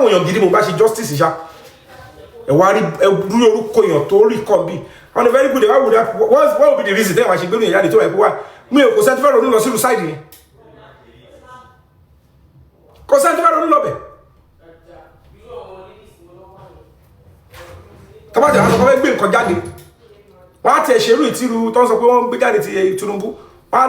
voice me one time. Tí bá fẹ́ rí tó bá yẹ kó lè mi tẹ̀ bá yàn rìn Ọlọ́run jẹ́ irú ẹ̀ Ọlọ́run jẹ́ ìṣerú ẹ̀ ní ayé mi orí burúkú yẹn ò tiẹ̀ ní bá mi ṣé dandan ni kéèyàn I'm not fighting to bring anybody down. Màá lọ máa cook up fake evidence. It's an insult to my personality. You are sick upstairs to even think I will stoop that low. But the fact that Otiwai Botai will work on it, will ask police and the army to investigate. Tí mi bá ti ṣe kẹ́pẹ́ mi lọ́wọ́ àlè. Èmi ò ń sọ̀rọ̀ láì máa sọ̀rọ̀ ṣe òní sọ̀rọ̀ dànù. But it's an insult. Torí mo jókòó. Gbogbo lè believe pé owó ni. To wọ́n tó tiẹ̀ kọ́kọ́ rò pé mo wà involved. You are sick. Oh, ní padà jẹ́yàn mọ́nú ayé. It's an insult. Àrífín yẹn ti pọ̀ ju o. Mi sọ pé okay kọ́ lọ clone voice with me. Kó ṣerú yẹn. Màá wá jókòó. Ṣáàtì nǹkan tẹ́ mọ̀ kó rí. Ẹ dẹ̀ mọ̀ pé iṣẹ́ tẹ̀ ń ṣe ni pé ẹ ti gbẹ̀bọ̀dè. Ẹni kẹfẹ́ whitewash again. And you think I'm foolish like other people. Kò wá sí respect but because you think tababu adodo èmi ìgbẹ́ ò léwu. How does that make any sense? It's an insult. Ní kogidi. Ìtọ́ba ní ọ̀gidi tó jáde wá. You won't think at this level of my life. Màá máa lọ jókòó bá wọn jókòó bí kan. Torí pé Wùmí yẹn gẹ́ ìyàwó president. Màá ṣe ní kọ́ create a shot. Ṣé mi ní enough evidence láti rà sọ pé Wùmí push my sister. Kí ni mo wá kiri? But if anyone came from anywhere, why would I not pursue it? He told you le ju yẹn lọ. Tó le ju yẹn lọ ti wà lọ́wọ́ èmi. Which Adura said, I have a video where Wùmí pushed. Oh, tí yanjú yẹn fún mi. Màá lọ gbé ṣáàtì àárín ìdìkọ̀. But nǹkan yẹn gbọ́dọ̀ tì wọ́n ìsìlẹ̀ àkọlọ report ara wọn ọkọ̀ dúró dìgbà títí wọ́n máa manifest. They will bring them in, they will investigate it. Any attempt to be cunning, the stuff will be used directly against them. That we suffer straight in it. Surely, we should focus the charges that if you in the court. Number one, you can easily push you guys obstruction of justice, concealment of evidence. Because we have a report where Damola, you were snaky. You wrote to police in Ogombo and command that the video is in that phone. When you got to zone 2, you said it's in the phone. Ìgbà tó dé Panti, olóòtí delete. Ìgbà tó dé Abuja, olóòtí delete. The judge is not stupid. They will look at it. And they told you Damola straight that nothing you can do that will make them to pin the killing of Mohbad to you. You are playing stupid. You know what they are doing. But this one that you have done, that you are not going to go down for it. Eventually. You will realize it's the name of their group.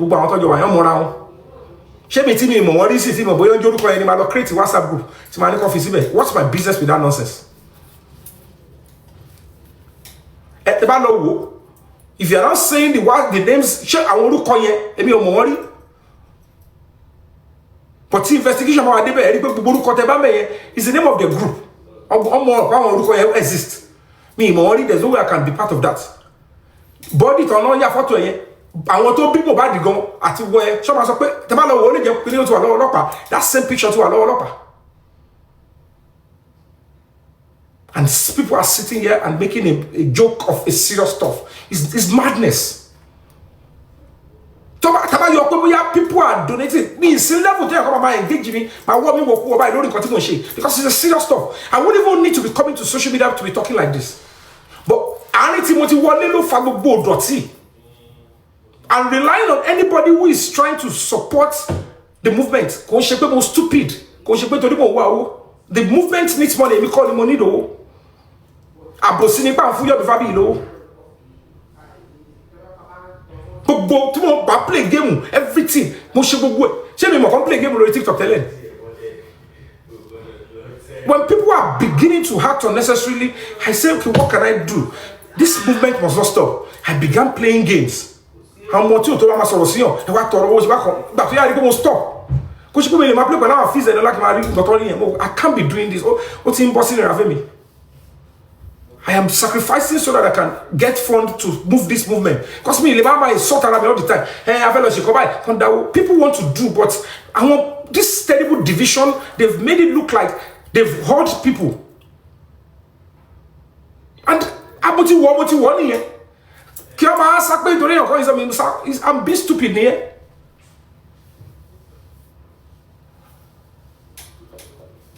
I am being stupid. And it's about ready, láti ṣe bí tó ti bọ̀ ogun gidi.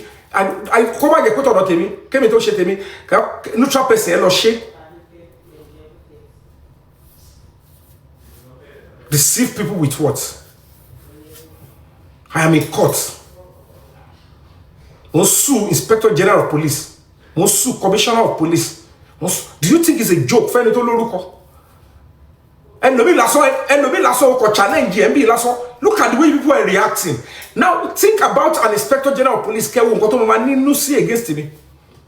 What told me back also say lasso. Toro ko ti juba kono. Emi wa sue Inspector General of Police. Mo sue Commissioner of Police. He's still not somebody I should insult. He has right to question me.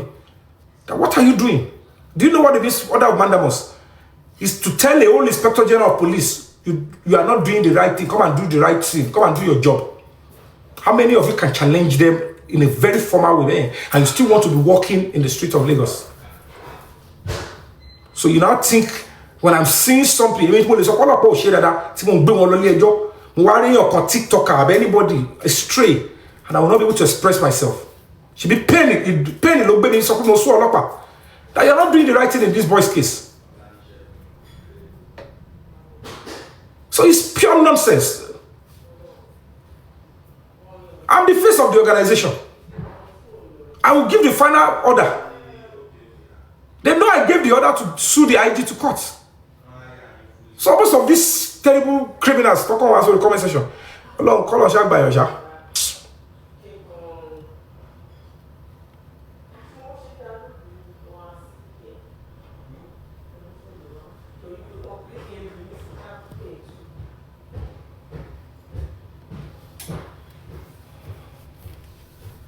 Yeah, it shall back up, but sometimes if you don't express yourself, these people will think that they are better or are moving down. And most of them insult on it. You need conscience. You don't need to like me. I get care your coin could tell my pay, like job, it will be to my job, more million share room, contain. Shemi oni masari soke sodo nibero lo ni shawo you get legidi one. You have to understand that this is not, I'm not doing whatever you're doing on social media. It's absolute sickness. Iwa ika, iwa egbin le nwu. Enoti atuboto, kenoti pe you ingba to Lord tin dajo Lord ba ma de, nobody will be there to even pacify you.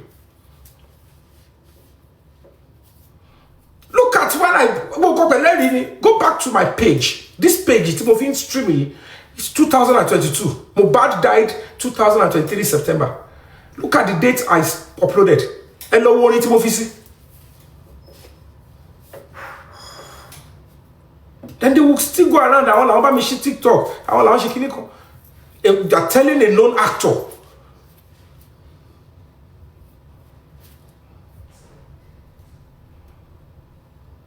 Professor me di ori Yomi àti Professor tí àwọn yẹn máa wò mí sìn yẹn jọ́bọ̀ láwọn ìgbépéjọ wo ló fẹ́ wà tó máa níbo lè mi fẹ́ gbà ẹ kò sọ ìpéjọ ẹ kò sọ pé lọ́dọ̀ àwọn yẹn bá ní ó kà fẹ́ jọ pàdé wá níbo lè mi fẹ́ gbà àbí wọ́n sọ pé wọ́n rí Yomi wọn ní dìde sọ pé this is a justice fighter, this is a star, this is a figure in this country. Ẹ gbàgbé wèrè táwọn yẹn ṣe lórí TikTok is already porous. Porous. Mi ò kánjú tí lọ́rán, mi ò sáré òkìkí, mi ṣògbò gègé life mi, mi ìwà nǹkan, òun ni mo ṣe. I am one of the few celebrities that can risk my fame, my everything for a cause táwọn èèyàn máa búyàn lé lórí. Kò sí bóyá fẹ́ máa jà fún Mohbad. Tí àwọn kan ò ní bọ́ sí kọ̀rọ̀, àwọn mi ò ní bọ́ sí kọ̀rọ̀, creative fẹ́ kàkà máa bú ẹ. Tádúró ò ní bọ́ sí kọ̀rọ̀. Tí ìyá Mohbad gan, ẹ bá di bẹ́sẹ̀ wọ́n máa yẹ ṣe dàrú. Wọ́n lè yẹsẹ̀ tẹ́lọ̀ gbọ́ dàrú tó yìí. And you are still doesn't have a conscience. Mo sọ fún ACP Joseph Jayoba, àbí Jayoba. Mo ní, we are in your office, sir. I am seeking justice for our son. You know I am doing the right thing. Mo ní but ẹ wá sọ fún mi pé àdúrà competition against me. And you can say it to me, sir. Phone any video yẹn wà ńbẹ̀, video ẹ mú jáde ṣebí yẹ ló jókòó yẹ mú video yẹn jáde and you are telling me kí n ro ti woman kí lẹ fẹ́ kí n ro sir. I should betray Mohbad and give her credence. What if she killed Mohbad? What if Adura killed Mohbad? Ṣadura aṣọ tó fún yín my only for Mr. Yomi but I don't understand. Are you placing me under arrest? I need to know so I can know the next line of action, sir. I'm telling you verbatim what he said. The man said, "Oh, fair is here in share by you." Bangboki, Bangboki, where you say from Bamisoro. Ekpe King White, Ekpe Yamoban, Ekpe Asofin. But why do you joke with me? Come joke with me, lawyer. What's Sofin now? I nudged the lawyer that went with me there. What are you doing? Oh, for? Like, this is absurd. Kill a shake, kill a fi boy a shake. Imbolowa no fi pe le payan. Imbolowa no fi pe le pa. Imbolowa no fi pe you can terrorize. Imbolowa no fi pe you can go and kill. Egbe wo le jo se papọ̀. Tó sọ pé le ba payan, le ba para yín. Tó bá ti ṣẹ̀yìn inú ẹgbẹ́ yín kẹ́ gbọ́dọ̀ lọ pa, kẹ́ kon lọ́rùn, kẹ́ kon lẹ́sẹ̀. Imbolowa nínú constitution Nigeria. Is that what you want us to overlook? And then you are deceiving people that you are seeking justice for bad. If you are tired and you have walked away, walk away. It's not a do or die affair. If you know you're not speaking about justice and people are not following again, it's because you're not doing the right thing. If you want to maintain, maintain.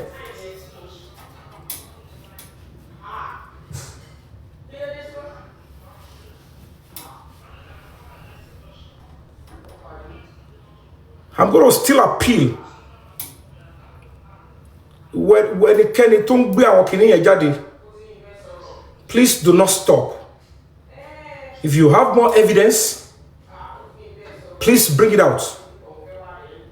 Leave the rest to the authority. When they arrest them, arresting them does not mean they've committed crime.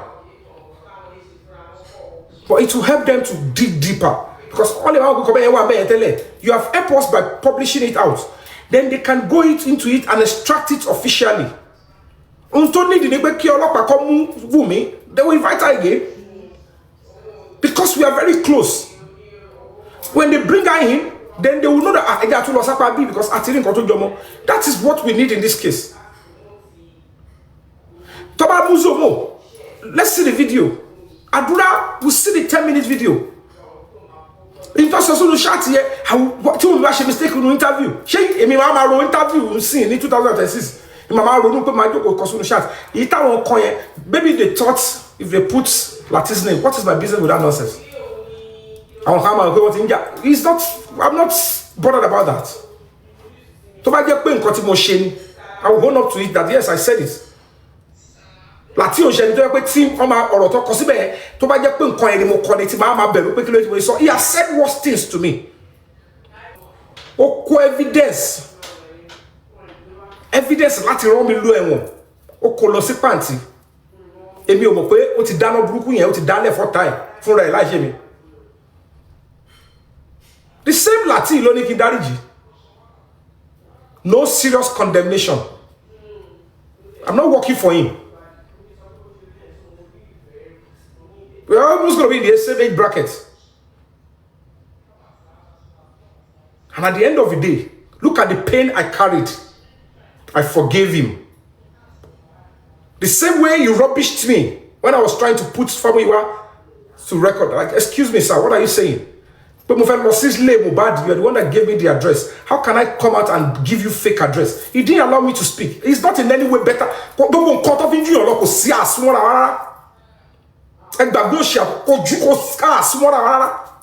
Everything is on money. And at the end of the day, you are not, your conscience is not telling you that I kept honoring this person. Family, you are rubbish me. The Arifa did the nonsense. Motuba, this same person. Uba. More expect another one to wash shelle. Not just to bring me down, but to destroy the justice. I'm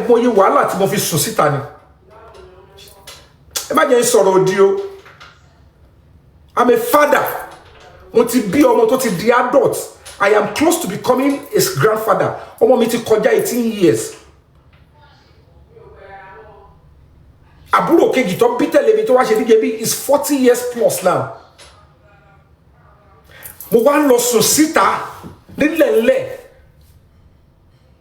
Anything could have happened to me.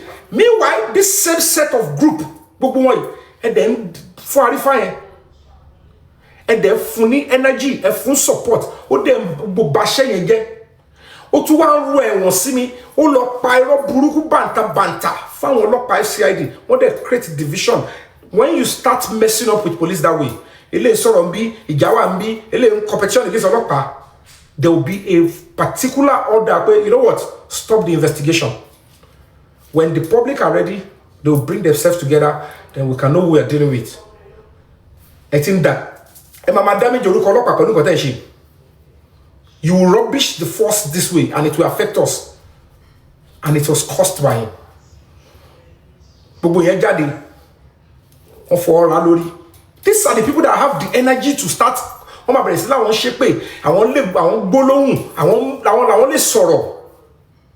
on top. But cover. You can be so quick to condemn me. He told get key one that concerns all of us. This guy messed it up. He told us in Junipe, nígbà tí wọ́n máa ní wọ́n ṣe ọ̀rọ̀ kíní kan fi yẹn, the same Arifa went to bring a fake family of, I get what I'm saying, kò ní dá fún wọn tó sọ̀rọ̀ yẹn Akin. O ní padà ṣoríire mọ́lé ayé. Tó bá padà géèyàn, inú sàárè ló ti máa jẹ fún tó kọ yẹn. That nonsense people keep bringing to me. Enough is enough. Rubbish then she. This same person. Wa susu.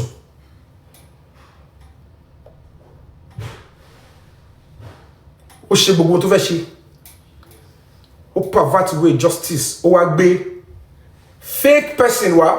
Ó pè ní ẹbí bàbá ẹbí ọkọ kan fi.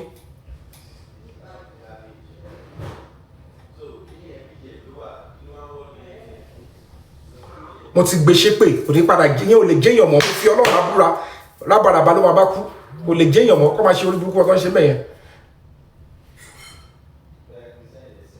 They covered it up.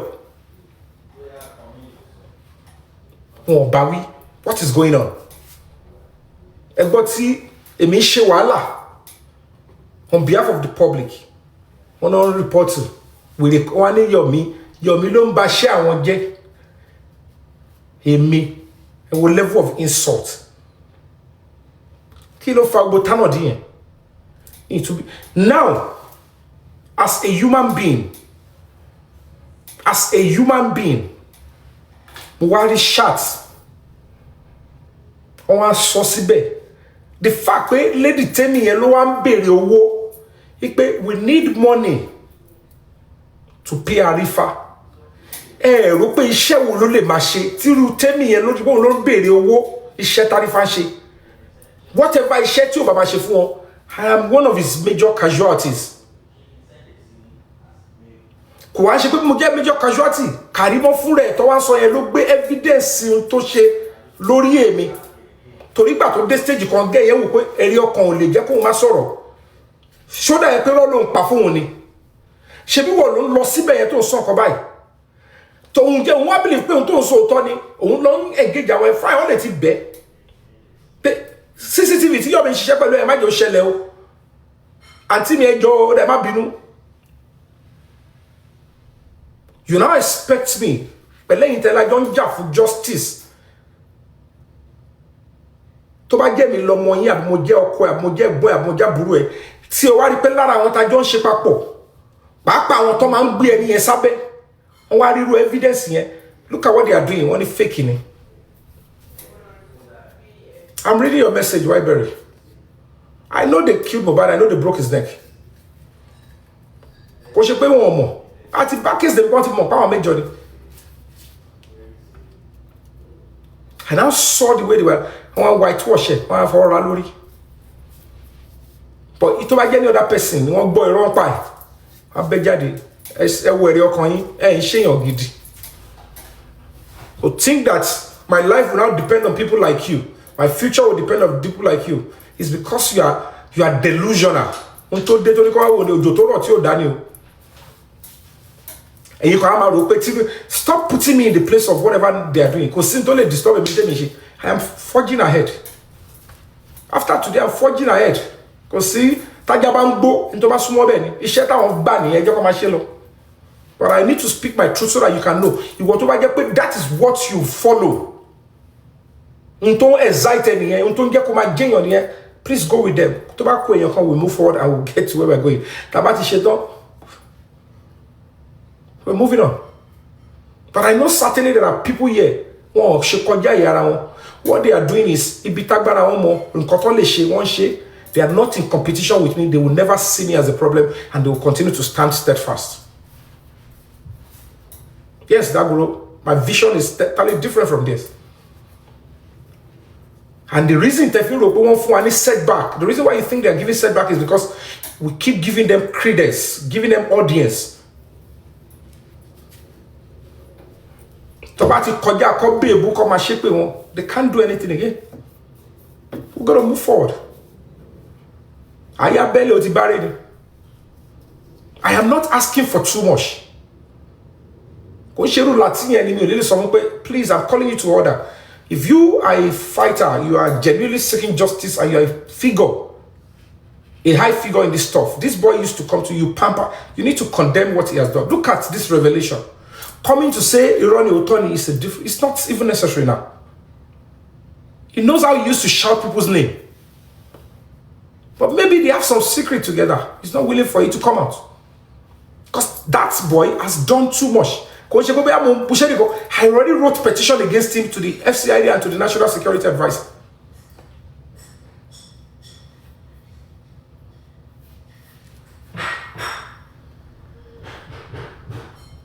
Do you understand? When they want to lie against me, they don't ask, they don't call. When they want to condemn openly, we're faking the presidency. Nobody called me privately. They threw me under the bus. Sorry. Because of what? How humble? How else do you want somebody to be humble? Emi she wahala. Mo collect as a president. Under me loan. They gave it a directive. On a big case leko. Somebody to your crown yare bitowa. Oh, they throw me under the bus. Oh, rubbish. I reacted that you don't treat me this way. Some sick people said I should go and apologize. I humbled myself. I went to still apologize. And let them have been you. Bobito Yakoti Danilari. Bobito Yakoti Drotin. Te Fioju Mirari. Umapada Yile Lori. Dori Amomoyi, because I have had enough. The insults and the ridicule is enough. You want to support me. Oh, Mope, I deserve to be respected. I deserve to be protected. But these terrible, serious criminals, and you continue to dance to their tune, to hell with you. Support in this cause of justice. When you give the fund, I go after it. Because Senator go to court. You people were looking for 15 million to go to court. I went to court without anybody donating to me. And you will still sit there with the people to be to buy get no at meaning. It don't take me. If you buy get pay, you run him power no court here. The book court about dawali lay to my boys in Jesse Remo. Book on my day I am my shetano the money. Afito ba je pe mo ba de je jade lare. Adabi to ba je pe jo ti won pa mo ba awon abiamo osukun won dide. When I took the step to enter into that court, I didn't come out to ask for money. I need to stand by what is right. I have my house. It's getting messed up.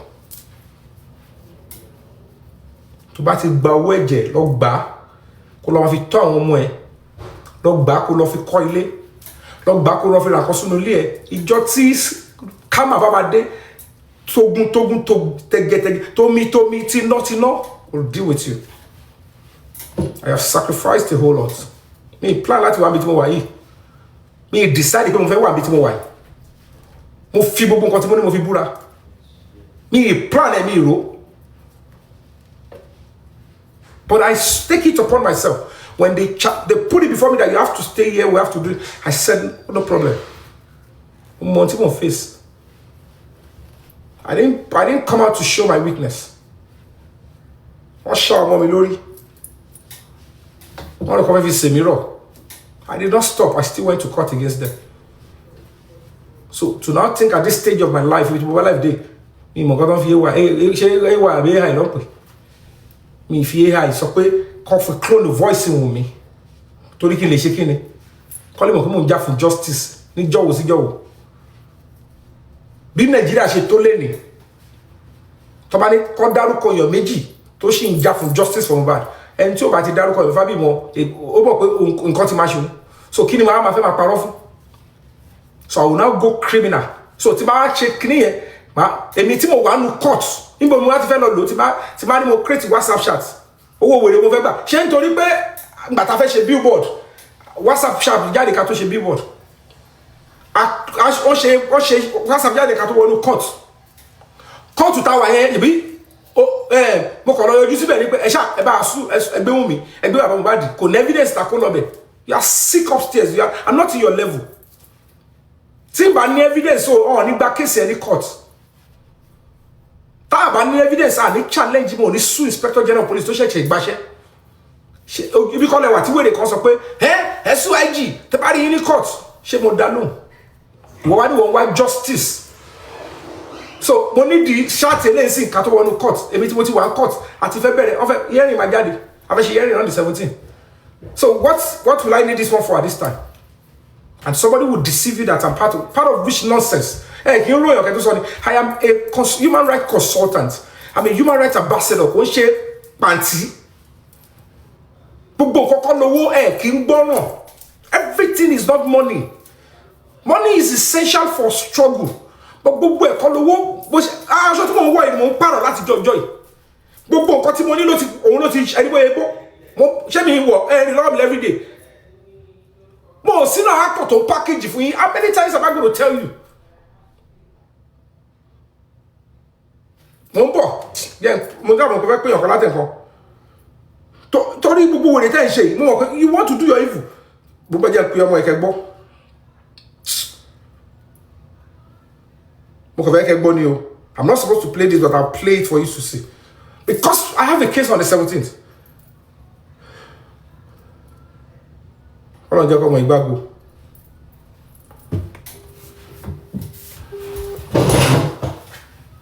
Kí ni ṣe create láti fi ṣe kí ni? Tọ́wọ́ bá gbé jáde àwọn ọlọ́mọ kan tọ́jọ́ ń ṣe tọ́jọ́ bára wájà tó ń gbàṣírí àwọn jáde kí n tèmi. I have enough evidence I've already used in applying in court. Hello, Mariam. Hello, sir. Báwo? Sir? How are you? I'm fine, sir. Ẹ̀yin kọ́, sir. Adúgbẹ́. Mariam. Sir? Àwọn kan wo ni mo ní kí o bá mi sáré tà? Ta fẹ́ tà lẹ́yìn. Pé o gbọ́? Generator. Mélòó? Méjì. Thank you. Ńlá méjì. Thank you. Yes, sir. Ẹ lè mọ̀ pé mi ò parọ́. I will show you here.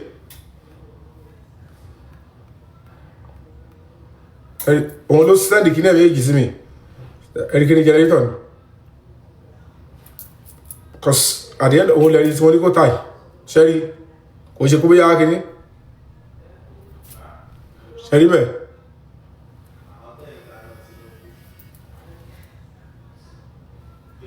Ṣé understand?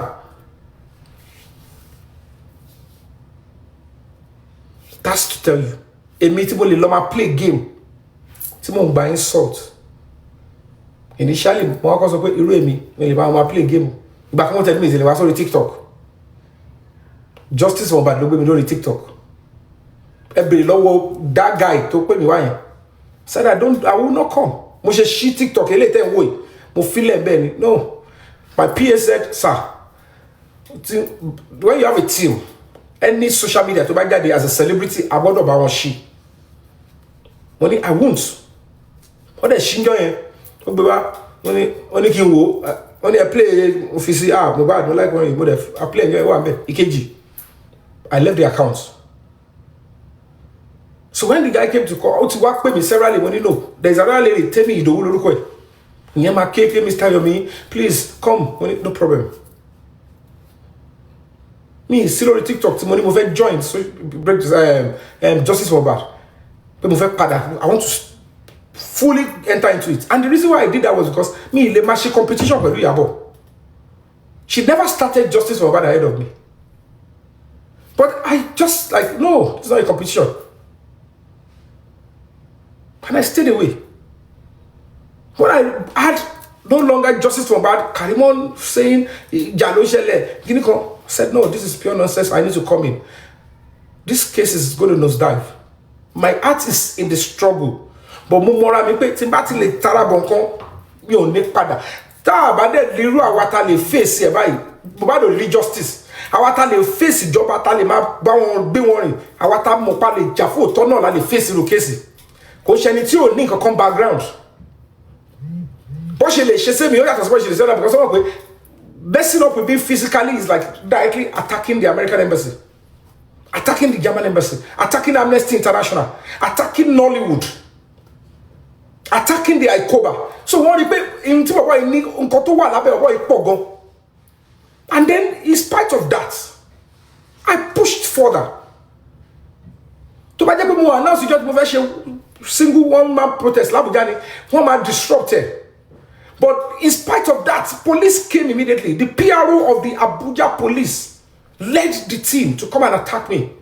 That I should not do it. You saw it, I stood my ground. I walked out of them, I sat on the floor, I said, they had no choice, they are bound of a feeling.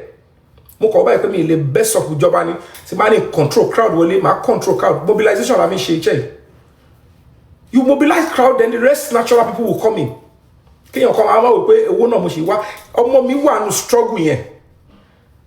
You saw my son that day. In London, Tunisco had to give my son money. Because so she be lady kini kon aja abi kile koruko yen. Oni mi o plan pe mo travel. Oni scammer. Oni tori pe mo mo pe àwọn ti de pampele fún mi ní Alagbon. Oni ti ba de wo Alagbon mi ní jáde mo. Oni and I left immediately. So that means pé ẹni tí mo lọ bá nílé ní lo oyinbo yẹn kò mọ̀ pé mo ń bọ̀. Mélòó nu yín ló lè gbàlejò àwa tá jọ ja justice sílé tí ó sọ fún yín pé mo ń bọ̀. Do you know how I would have to behave? Catholic Bamisile in London. And I can tell you for free. London tí mo lọ yẹn orí iṣẹ́ ni mo ṣì sùn. Kí n tó check gbéra lọ sí Manchester. Bí mo ṣe wà yìí, ara ṣì ń ro stupid and bastard sí mi lára. Gbogbo ẹ̀yìn ṣì ń ro mí. Mo ní high blood pressure tí mo ń tọ́jú. I am always on amlodipine every day. I'm not supposed to be doing all of these things. Oh, no, 4 days. When I know there are criminals out there, the State Intelligence Department of Abuja FCT, they were like, we have to spend so much and extra money to put our officers to be protecting you because you are a national asset and hero. And they start, they blank the media. Come and be protesting. Our media is over. Mr. Yomi, you don't shake. They don't. All our editors just call us. Come on, be. Money emi go fẹ́ kẹ́ gbé. Tí bá fẹ́ kẹ́ gbé mo mọ tí ma ṣe. Mo mọ wo de tí ma dálẹ̀ bó ṣe protest tí ma ṣe. Oh, ẹ máa gbé. Ẹ máa gbé story tí ẹ ní gbé kíni. I know how the media works. I know some stories are inevitable. They must come. But people come back. Mi lè máa dájọ́ bá aṣíwájú. Ẹ kò imagine kó jẹ́ pé mi ni mo gbé video jáde. Ẹ wo video boy kidnap àwọn yẹn. Kí I gbé video wọ́n ṣe ń pa Mohbad sínú ilé, wọ́n ṣe ń lù tán ṣe gbogbo ẹ̀ kó jẹ́ pé Yomi fabiyi ló gbé jáde. Wọ́n á ṣiṣẹ́ lórí ẹ̀ tó kù, but they will still look for ways. Bọ̀bọ̀ Yomi yẹn, let's find a way to punish him. Ó yẹ kó tiẹ̀ láǹkúrà kó mú fún wa personally. I want them to be serious, push the case into court. The other evidence will come out. Àwọn bí la ṣe prayer. Ẹ̀yin tẹ́ bá ní kíní kan ògbón òṣìṣẹ́ kíní kan òṣìṣẹ́ nígbà tó bẹ̀rẹ̀ iṣẹ́ ń sìn ó wá bẹ̀rẹ̀ iṣẹ́ tó ń yí. Eworu kini kan boy don no se kini kan wiki abi kilorúkọ yẹn Chike. Don't be surprised ko jẹ́ pé lára àdúrà tá gbà ní àṣírí tó náà fi tú tó fi ṣe tó náà fi rí nǹkan tó rí yẹn because it could be anywhere. Gbogbo àwọn people on interrelate. Irú àwọn zomo yẹn sí Europe ti kúrò lórí ohun is coming back on you. Kí ló rí tí bàbá Mohbad ṣe máa jáde lóru tó máa defend tó lóhun ò lè sọ fọjọ́ mẹ́ta ẹ̀rọ ni. Kí ló rí tí Wùmí ṣe ń rọ́ bàbá yẹn wọ̀kúwọ̀. Bàbá bẹ̀rẹ̀ sí ń gbé lẹ́tà jáde.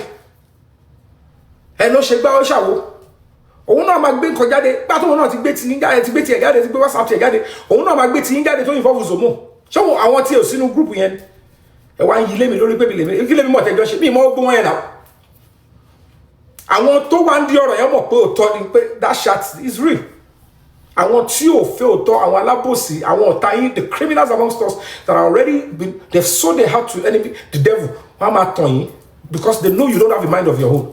You need to stand and because I am walking the right way with it with the right authority. You tell me about it being probably wrong. Challenge me so that the boy can get justice. You can't tell me that it's not true. I'm a Saiwo now. I'm a Saiwo. They will check. Everybody should go and search their conscience. We've gone too far to turn back. Fakey. Our stoop solo is preposterous at this stage of my life.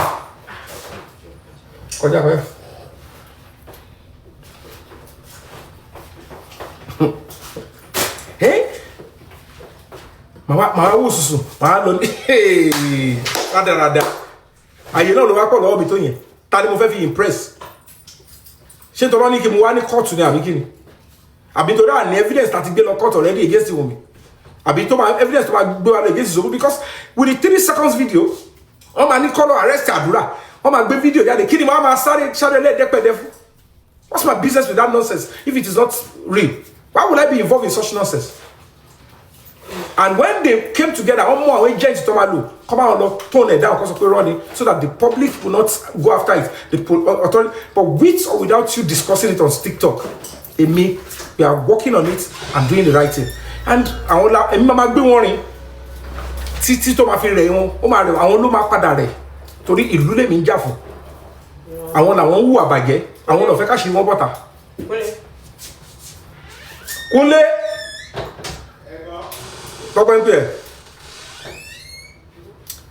Do you understand?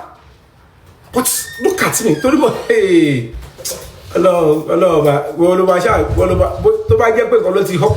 just walk around it. Because answering to you, Almighty God, to be in this kind of a cases, because it's what is natural and necessary in the cause of justice. But it's preposterous.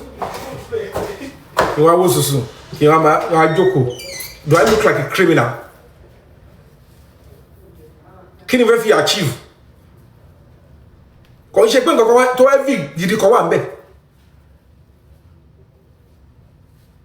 You're saying it's a lie. You saw a dead body and you live body. So you know no shit. Talk of the see how full body.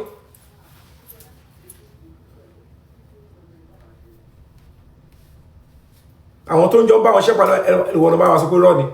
That is the job they are doing. But she look booking and buying on here.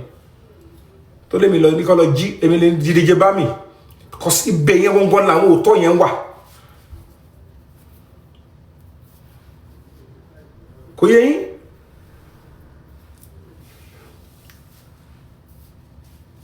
It's quite unfortunate.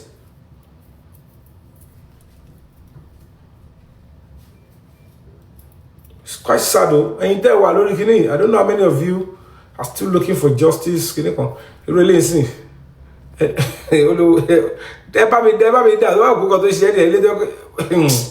Anyway, you know, I'm not ready to be going that dirty and stuff. So, guys, we have the 17th of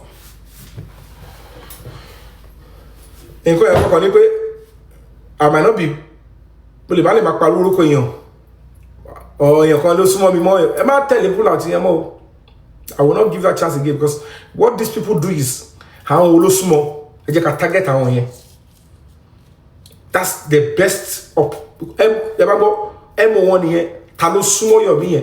I want to get my body. I want to get my buy. Enough of that. Could share them more. Could say I want to sumo more. Me sumo anybody more.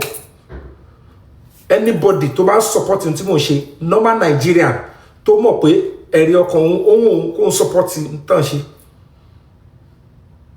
Kò sí be yan kan àwọn kan báyìí no kò sí yẹn mọ́ be ba anybody se e kon se le it cannot happen again. Nobody can know when I'm doing anything again. Let's I think my wish that was already be because enough of this shenanigan. Enough of this shenanigan. On started package one for look at my office. But maybe they use that one to create you know how I tell you. We have gone past that level. We have gone past the level. That is shame, better. And we are moving forward. You want to buy the to swear, go and join those people that are not ready to do again. Poko kon rejirin. Ẹgbẹgbẹ̀rún a lọ. Ko nse ti ka. Èmi mọ̀ pé gbogbo ẹni tó support I am not abusing. I'm not, but I don't share it. Don't ever think you are doing it for me.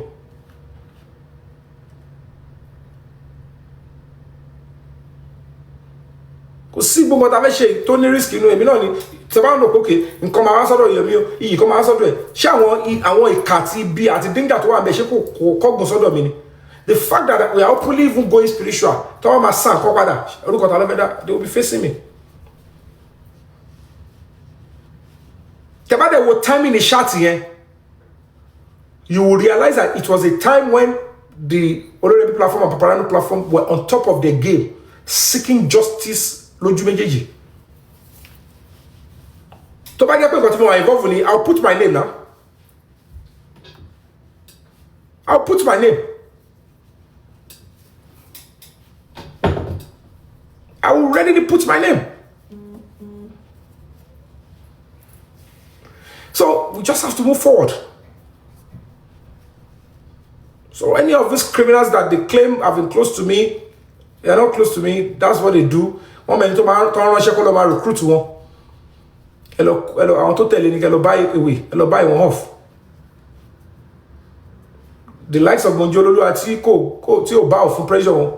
They found a way to ensure that they work with the same team at Yomi to petition her. I don't know why they choose that time, but they know the advantage they took before they said, let's find a way to silence her. Because some people are like, I saw the competition.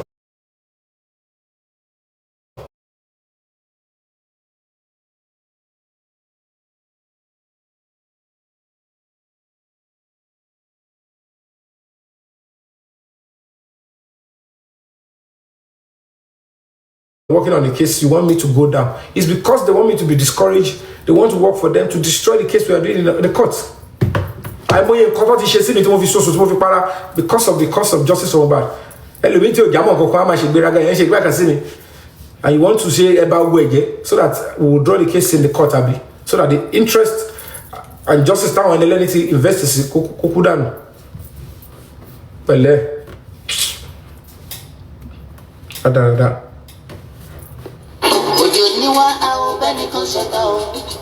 c'est mon logo, hein.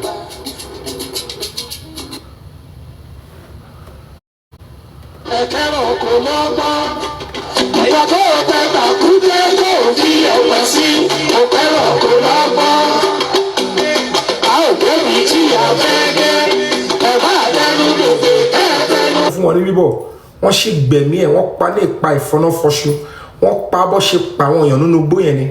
The way the terrorists operated is the way they killed that boy. And that girl is confirmed. Omo mi Cynthia Adebanjo have a hand in Mohbad's death. O Baja, O T, O Larimole. It's a statement of fact. It's even a repetition. Ngoto consider is a repetition. Adura said it. Spending said it. A lot people confirmed it. The driver confirmed they had a fight. So it's confirmed. And at the end of the day, the police will have to do their job. We will pressure the government. And I've been telling them they should be weary. And 4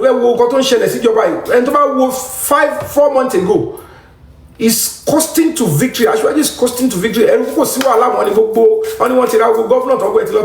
look at now. He will need to hear me because I'm going to be doing a video now and I will speak directly to the president. And Latifura, Awata Kofi Intani, along the Almighty Allah. Only Asiwaju Bola Ahmed Tinubu give Mohbad ìlérí Olúwa ẹ fún ní justice ẹ jẹ́ ká ṣírí àwọn tó pa ẹ rí pé bàbá ẹ ló lẹ́bọ lẹ́rù. I am telling you people what I know, what I see. Gbogbo ìtàwọn ilé iṣẹ́ yìí they are just using all these criminals to pervert the way of justice. Wọ́n kéré sí nọ́mbà yẹn sínú àwọn tó lè lé mi tó lè gbé mi rìn. Mo fi Ọlọ́run àbúrà. Allah is somebody millions and millions of people believe in as a supreme being. And when you're going to call ki Asiwaju fún Mohbad ní justice. And what Bojo who going to call fún justice. And the government will listen. They will hear us. I will back down. And this is not the time we will trivialize any evidence to litter out. But will if anybody mama shit.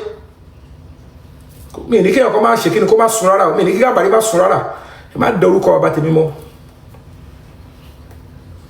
You can choose to disrespect me if you are dirty and rogue, but if you want to stand on a statement of fact and dignity, don't think at this stage of my life màá bá wọn kọ pàdé àpòpọ̀ torí kíni.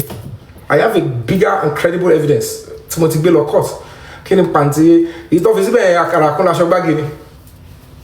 But I won't discard it. I am too honest and forthright to say it's not good. They must investigate it. Ẹni tó bá lóòótọ́ bá wù asáré ẹ bá wa ṣèwádìí ẹ̀. So anybody lè betray me o. Mo ti kó wèrè mọ́ wèrè gan o. Oyè yín gbogbo pátá tó bá ṣe ẹ̀kọ́ kọjá Yorùbá náà. We are moving forward, we are moving ahead. And ojú wọn ló máa ṣe. Má jẹ̀mọ́ Ọlọ́run ni Mohbad máa rí justice. So bá sí bá jẹ̀mọ́ Ọlọ́run ni Wùmí ò ní kò ní tọ́nà rẹ̀ ní l'Abuja. Àṣìṣe débẹ̀ ni àwọn náà tún gbìyànjú. We'll overcome them. Tàbá ti clear gbogbo àwọn pàǹtí yẹn tán pátápátá. With ourselves we'll move forward. A ti ń ṣe dáadáa lọ́nà. Wọ́n ti ní kò sí justice náà and we are doing well. À ń ṣe nǹkan dáadáa lọ. Àwọn ilé kọfẹ́ fi tiwọn kó bá wọn tún dá a sẹ́yìn padà ní. Ẹjọ́ ṣe kọ́ máa ṣe kí ni wọn lọ́lọ́rọ̀ tó ti ṣe yẹn. We're not bothered. Don't be bothered about whatever they are doing there. Well, we have something serious to do. Let's be discussing something serious. Everything is fine. So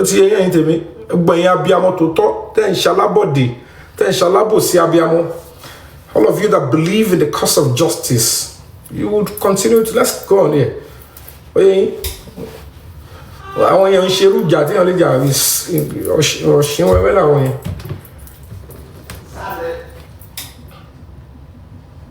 Ẹni tó dẹ̀ ń gbowó ẹ̀jẹ̀ máa gbà lọ. Ohun tó máa jẹ́ ń ṣì ń jẹ́ nǹkan lọ́wọ́. To think that is what you want to do, your day of reckoning is coming.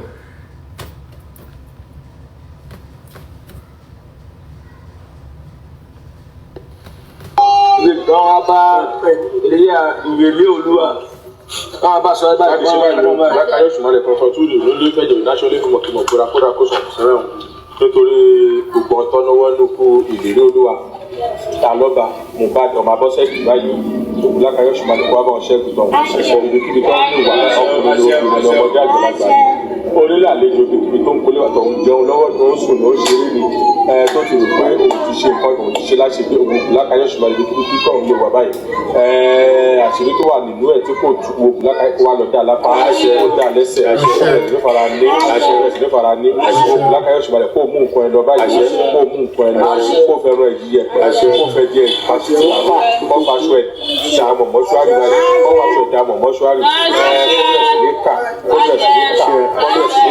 gbogbo àṣírí tó wá wà láàárín Ọmọ́wùnmí Cynthia Adébánjọ.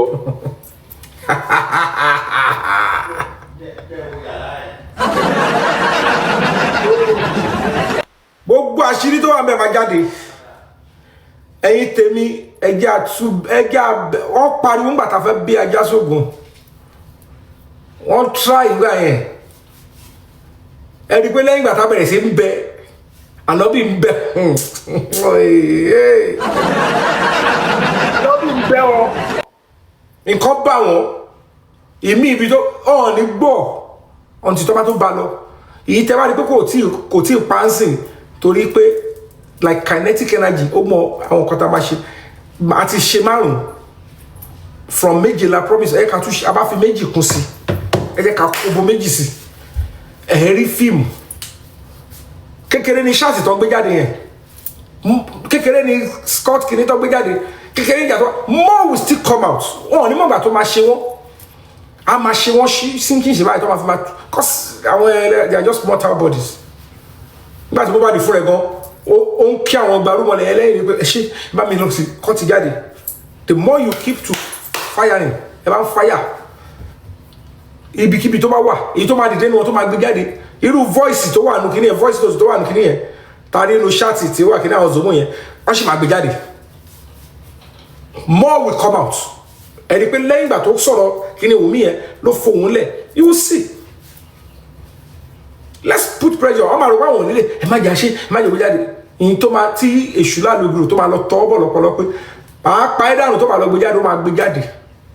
So to ma gbejade, èmi ni ke me take it serious. Any other person might not take it serious. Teshu yo ba ti ṣe mi ke me trivialize e pe ko je really jare. Èmi le me gbọ́dọ̀ ṣe. Temi ba ti dowo, mo ti gbebode Mohbad, mo ti gbebode gbogbo yin.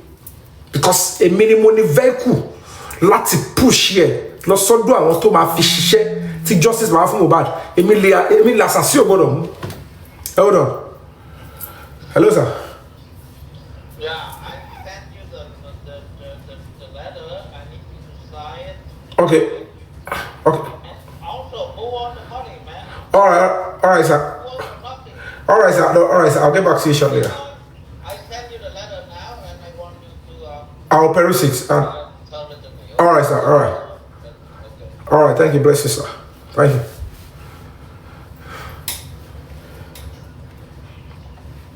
Do you understand? Èmi ni assassin ò gbọ́dọ̀ mú. Torí mi gbọ́dọ̀ gbẹ̀bọ̀dé public. Mi gbọ́dọ̀ gbẹ̀bọ̀dé Mohbad. Àbí ṣe ha ní court case tá ń ṣe náà ni.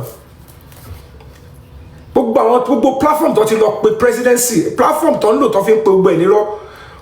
Platform yẹn yẹ kó bọ́ta sọ pé irọ́ náà là ń pa. You see how Paparano is standing forthright, because when the guys see this truth, he will say, I can't mess up with my name.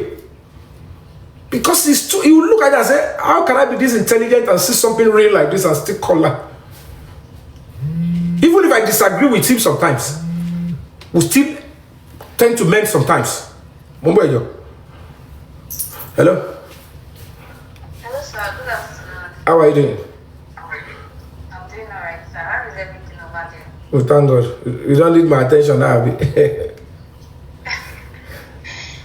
sir, that's not the case now. You know, you always have my attention. If you have anything or you want to see, I'm always available. Okay, but go on. Yeah, okay. I guess you actually have an idea why I'm calling you, but in case you don't actually, it's actually in response. I've not even started. You're already laughing. Hey, I go ask a question. It's actually in respect to, some of your recent Instagram posts where you claim that Mohbad's fiance, or so to say, ex-fiance or ex-wife, secretly discussed and confessed that about the role she played in, the death of Mohbad and all of that controversial situation. But I've actually been going through some of the comments, even when I saw it on other blogs, and a lot of people are just wondering, like, first of all, like, where do you get the chat from? Like, how do you get it? Because many are kind of doubting the authenticity of the chat. Okay. So I guess that's what a lot of people are interested in knowing. Okay. How did the chat come about? How authentic is it?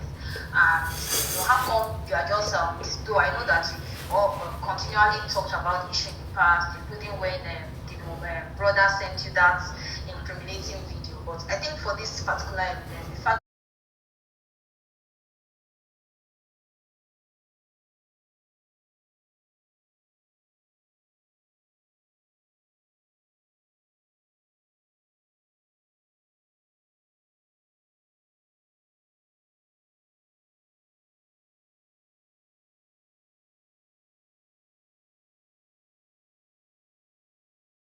One thing is this: the parties involved. This is a murder case. I expect even the organization to ensure and call on the authorities to look into it. And it's very simple. It has a date. They should call the Yomi. She has been arrested before. She was arrested in November 2025 by the FCID in Abuja. And I'm very sure that she must have been faced with some, because she's been investigated for murder, theft, criminal conspiracy, and all of that. And based on the new lead that we pursued, which is the 3 seconds video and the shot in the confession by Adura, which of course is similar to what is in that shot, that this person pushed Mohbad and he hit the head on the floor. And that's not even the first time we're hearing such things. A lot of people have corroborated that there was domestic violence. That being said, this particular one that is leaked out, when it got to me, I have already escalated it, and at the end of the day, you have to corroborate it by helping us to even ask the authority to invite the Omomi in and do phone forensic. And it's very important. They should do a phone forensic, they will find it there. So if I'm going to be sitting on social media and, you know, all of that is not going to help the matter, they should ask, she should submit herself in, and they should run a proper forensic. And where is even important, they should be able to join us in the suit so that whatever it is, we will be there to monitor the proper forensic and ensure the truth and even more convincing and damning evidence will be brought out. You understand? So it's not even the fact of trying to disclose my source. I got it and I escalated because it's in tandem with what I have before, or what I have and I've already submitted as, you know, as evidence before the court of law. So it's not new to yato since multi-bottlery abita at low. So you understand? It's not that it's a new stuff. That's why we're kind of, you know, No. It's the most important thing is personal matter, and especially go ahead. with the fact that, you know, even in some of the writes-up you already posted on your Instagram, you stated it there that some of these evidences were earlier presented to the police, or which you claim that they tried to sweep it under the carpet. So what do you now think that will be different now again, and it's still the same police, Nigerian police that we're dealing with?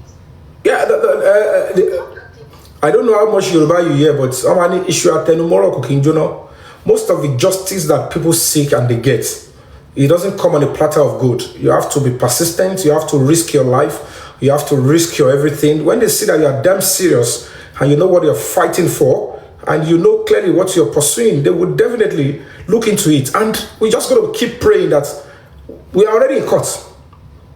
The most important thing is that one is an additional. Police are yet to arrest Adura to corroborate it, number one. Number two, I know what I faced with Lagos State Police commissioners that I dealt with. The commissioner of police, the first one, who is the present AIG, they made a promise that they would release the content of the phone, but they never did anything. Later on, when the other guy that was used as a impersonator got to Abuja, he's saying, even before he was arrested at all in Ogombo, in Lagos Island, before he was taken to Ogombo, he had deleted the video. So why were they lying? It means that it's going to lead us to the truth. So your organization, Punch newspaper, needs to stand tall and ensure that this particular one that came out, you guys can investigate it. You need to pursue it. You understand? The woman should be able to submit herself. I don't need to disclose my source, you know. You understand? So the most important thing is the woman should submit herself. She should not lie to the police. Open her WhatsApp. Let's see the conversation she's been having with the lady Temi. Let's see. It's important. If she tried to delete anything, they should hold her again and hold the other person involved for whatever it is. And there is a phone forensic that they can do that can recover everything. And they will find this particular one. It has a date now. It's on the 24th or something of October. So they should go back and trace it back. You understand? So it's so simple. It's not about, I won't give my source because it was sent to me. Do you understand? It was sent to me and I have to work on it because I'm not going to be sitting here and say, okay, when I saw it, I have as a lead. It's important for me to take it serious. Whoever released it has a purpose. I want to break it in, I only got to achieve. Go ahead.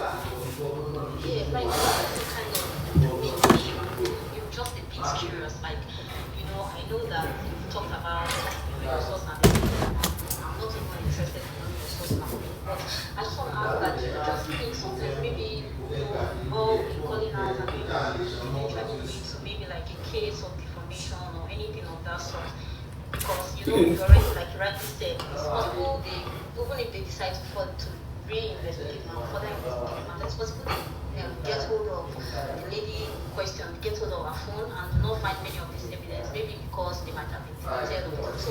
Yeah, the most important thing is that, my dear sister, I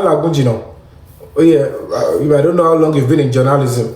I have a credible lead that I'm pursuing that is similar to that because there is already a confession from a credible, even a prosecution witness. The Adra is a prosecution witness. He already said, I have a video of how Mohbad pushed my sister, my brother. And when we pushed my brother and he hit the head on the floor. That one that is coming up with this shot now is secondary to what I have. Because there is somebody who witnessed, and at the end of the day, we cannot continue to deceive ourselves. You media, you need to stand up and up your game. We can't continue to deceive ourselves. They are shielding this evidence and making us look stupid. If the law enforcement are going to be honest, if you are a genuine and authentic journalist, you should know certainly that the content of that shot, the video in question, they've not worked on it. Your editor, your organization should say, why is the police not extracting the video? So if I have that, why would anybody will be concerned about whatever any other thing I got? Like I said, it's still in tandem with what I have had before, what we are pursuing. So if anybody thinks it's not a statement of truth, then step forward. Then then that would lead to proper investigation. Because before anybody can call that one a lie to me, you will submit your full self for forensic. No judge can even because it's not on my phone. It was sent to me, I published it. Then if it is a lie, let us submit our phone. And we need to see anything of Borising. We must see the full shot with that person. So, I get on the only again, to watch Juele Golo, Amabambe. Bambe. So if that is the way justice will come from Mohbad, I'm ready to take that route of risk. You understand?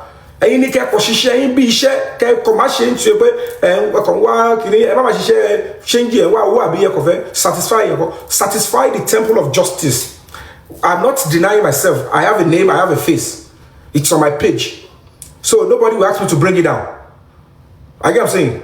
The core of the matter is for the sake of justice. Even when we come and see the shot between me and this person. Come and be fake number. Because they will compare all the shots with both of them. They will be it would even help us to get more. And I can tell you for free, is authentic. The only way it will not be authentic, the investigation, I thought they should talk about media 3 years. One board of DNA is absurdity, wasting public resources. Public court, no can waste the job. Taxpayers' money and you people cannot say the truth. You cannot write an editorial that will speak truth to the conscience of the judiciary. That this is absurdity. Take a stand. Run this thing and take your stand and resolve it. If I resolve matter, there are some human rights that is subset over our rights am I joined to. When it comes to some serious matter, Mohbad's case is a public matter and it's for public trust and justice. Lashin Dasi. The rights of the 3 people are involved. Right of Mohbad, right of our Sukomi, and the right of the public that are demanding for justice. Why are we shouting that we want justice for them? Exactly. So that doesn't go one of So you look at the nonsense. You look at the nonsense they have been doing now. And we can't continue to deceive ourselves. This Omomi have a hand in Mohbad's death. I've said it repeatedly. I know what I've seen. I know what I've faced. And you also go 3 a.m. One fellow, one pharmacy, treat Mohbad because he was bleeding. Is that not madness? Somebody is bleeding. Kill if you stop again. When you call one pharmacist that is bleeding, so so look at the time that will be involved before the guy gets, and they messed up the life of the guy. And they play hanky-panky because the family of the boy, they betrayed the boy. Should we, the public, betray? Family want to betray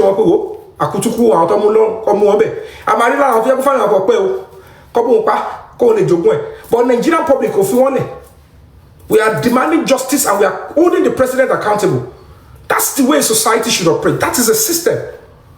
You understand? So, my dear sister, let's work on it. I can tell you for free, with me, I'm not part of any nonsense criminality.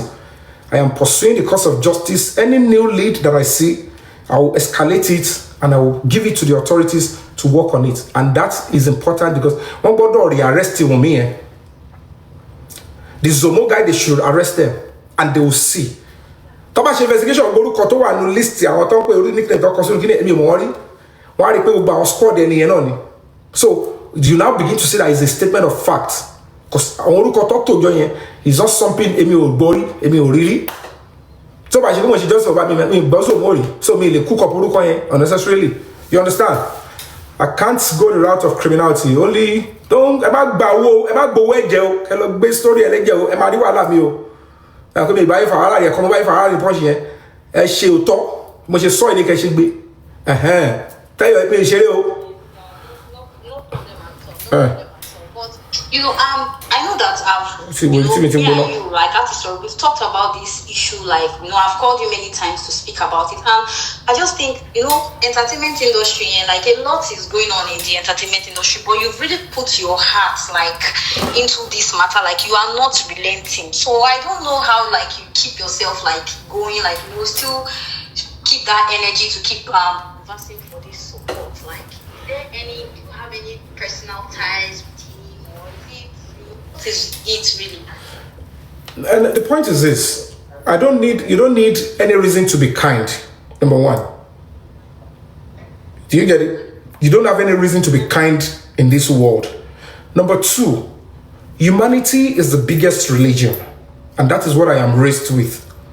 I believe in duty of care. Number three, how on earth at this stage I would deny that I have never listened to Mohbad's music, or his music has never given me joy? Directly or indirectly, I've been connected with his talents, with what he has been doing. And fourthly, he's a Nigerian. And the fifth one is he was my colleague. I don't like to use was. He was my colleague. Yeah. Do you understand? And he has featured in movies. So basically, then I have a mandate. I love to give voice to the voiceless. I love to be there. I love to suffer pain for people's pain to be alleviated. It's not because I love to be a hero, but that is how a system works. That is how my country can get better, when we believe that I have a role to contribute into the society. Communal growth. We are fighting for those in the bush. It's not because they are family members. People have cried. People have protested. They protested in Abuja. They were beaten. They were crying in the sun. They are not the family members, but there is humanity. So I don't need excuse before I can stand up and fight for Mohbad.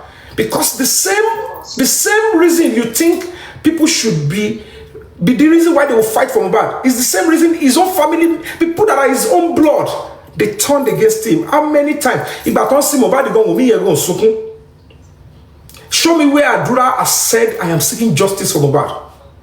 Even Mohbad, gbogbo wọn lọ travel lásìkò tó pa bọ̀ yẹn pẹ̀lú Zomo yẹn náà gbogbo wọn lọ travel kí lè wá kiri ìjọ gbogbo yín di traveller gbogbo wọn kàn travel lásìkò tó pa bọ̀ yẹn gbogbo orí burúkú yẹn kò lè má jẹ́ kí Nàìjíríà lọ báyìí. If we allow this to continue àwọn bọ̀ àwọn là ń dẹ́ẹ̀dẹ̀ ni o kò ṣe bí wọ́n máa pa owó at the same time, but this thing is becoming a serious smelling.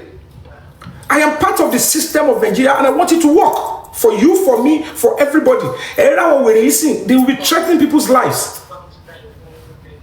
Any criminal will just come here, they want to walk free, but when you express yourself, they want to act like they are better off. So the reason is humanity. Look at the broken neck. They assume the body for a purpose. Was stupid. And when keep public to demand for justice, they didn't demand for justice. They didn't even report to police. They believe so people make it look like when family members kill you, they can pervert the way of justice and the justice system can look away.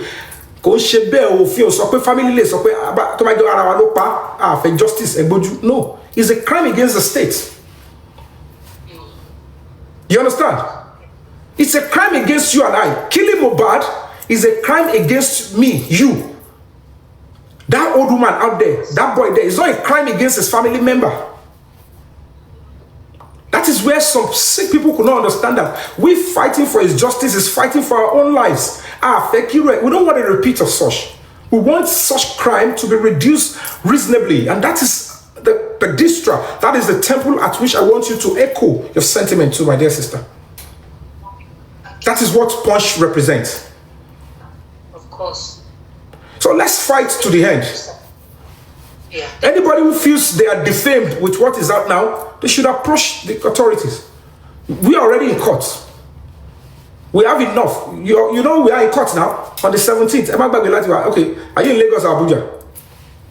I'm in Lagos, sir. Okay, please remind your people on the 17th. I'm still going to send you guys later. Of course, they will surely be there. Don't miss that. Oh, please be there. The hearing is on the 17th, please. We have enough evidence already, so I don't need. It's not that we need these ones, but they must use this. Police will investigate this one when the arrest begin. They will dig deep, so they shouldn't panic whether they are defamed or not. There is already back end. Atimento basoro. Tabari temi arimumi. So and they will investigate if all the other names, Tarimbe or nicknames, police will go after them. The Nigerian army will go after that one. They would investigate the WhatsApp chats. Call delete here, Yeah. They must run that from forensic. Yeah, sir. All right, yeah. Yeah, but just even beyond the mobile matter, I was, just checking your Instagram post, and I saw this the snippet of this your movie Alafo, and I read the caption that okay Alafo. Okay, thank you for the correction. And then I read the caption that you wrote with as you posted the snippet, and it's really deep, because actors really pass a lot, in the process of bringing those stories to life, especially when those roles that are involved are very intense and spiritual. So I just want to ask you that, as an actor, have you ever had an experience while acting, all these trance or spiritual roles that left a lasting impact on you, after the movie set? Yes, I have. Trance acting is like when you're already going into spiritual realm. But I think the one that I experienced was the one that got me the best actor in 2016. That was in my movie, My Tommy. That particular scene, I have a son, and the name of my son is My Tommy. And it was actually a fiction, but when I was acting there, I was already in trance, because I chose to sacrifice for my son. I knew that was the mother of my child in that house, and I chose to become a gatesman in that house, because I want the child to be close to the mother, and I don't want to still disturb her. I want her to be happy. She abandoned the child with me and ran away in the movie. When I found out where she was living, it turns out to be where I was selling water, and I became a security there. So when the husband saw her holding that child, and the husband thought the wife was being compassionate, security, that she was helping the security to pamper the child, not knowing it was her own child. And the husband of the character which was towing began to place a curse on the mother of that child. And before then, she said I should leave that house with that child, that I was going to be exposing her. And it got into trance, because I felt like, you are a mother, you want this child. Okay, let me pretend as if I absconded and I left this child. Then you can be able to continue to take care of the child. She rejected. So when I was interpreting that role, I can tell you for free, I swear on Almighty God, there was thunderstorm. Wow. We were disturbed. We had the master shots and the medium shots. Go and check that movie. That scene where I was crying, there was no see you. 1 year after, we wanted to reshoot that beat. All the equipment, all our lights, we were not here for them. Because the acting was terrible then. People were crying. Everybody were crying behind the camera. And, that was the movie that got myself Best Actor and got Toyin Ayimaku Best Actress at that time, 2016. And, that was the same award that got this this guy that just died. He got the Best Actor in English that time category. So when you finish acting such a scene, how do you shed off those energies, you know, because of course it's not like, oh, you just finish on set today and then you stand up and start continuing your life tomorrow as Mr. Yomi. You know, of course there will still be some, because I know that you actors, you do a lot to get into a role. Some even go as far as, you know, body modifications to fit you know, even the physical space. So how do you get all these energies out, or get out of that character, that energy after the movie role? What really works for you?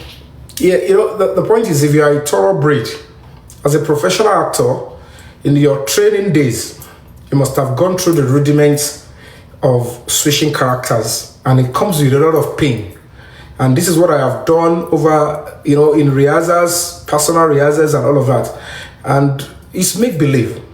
And the moment you know that this is your job, we are trained to quickly switch.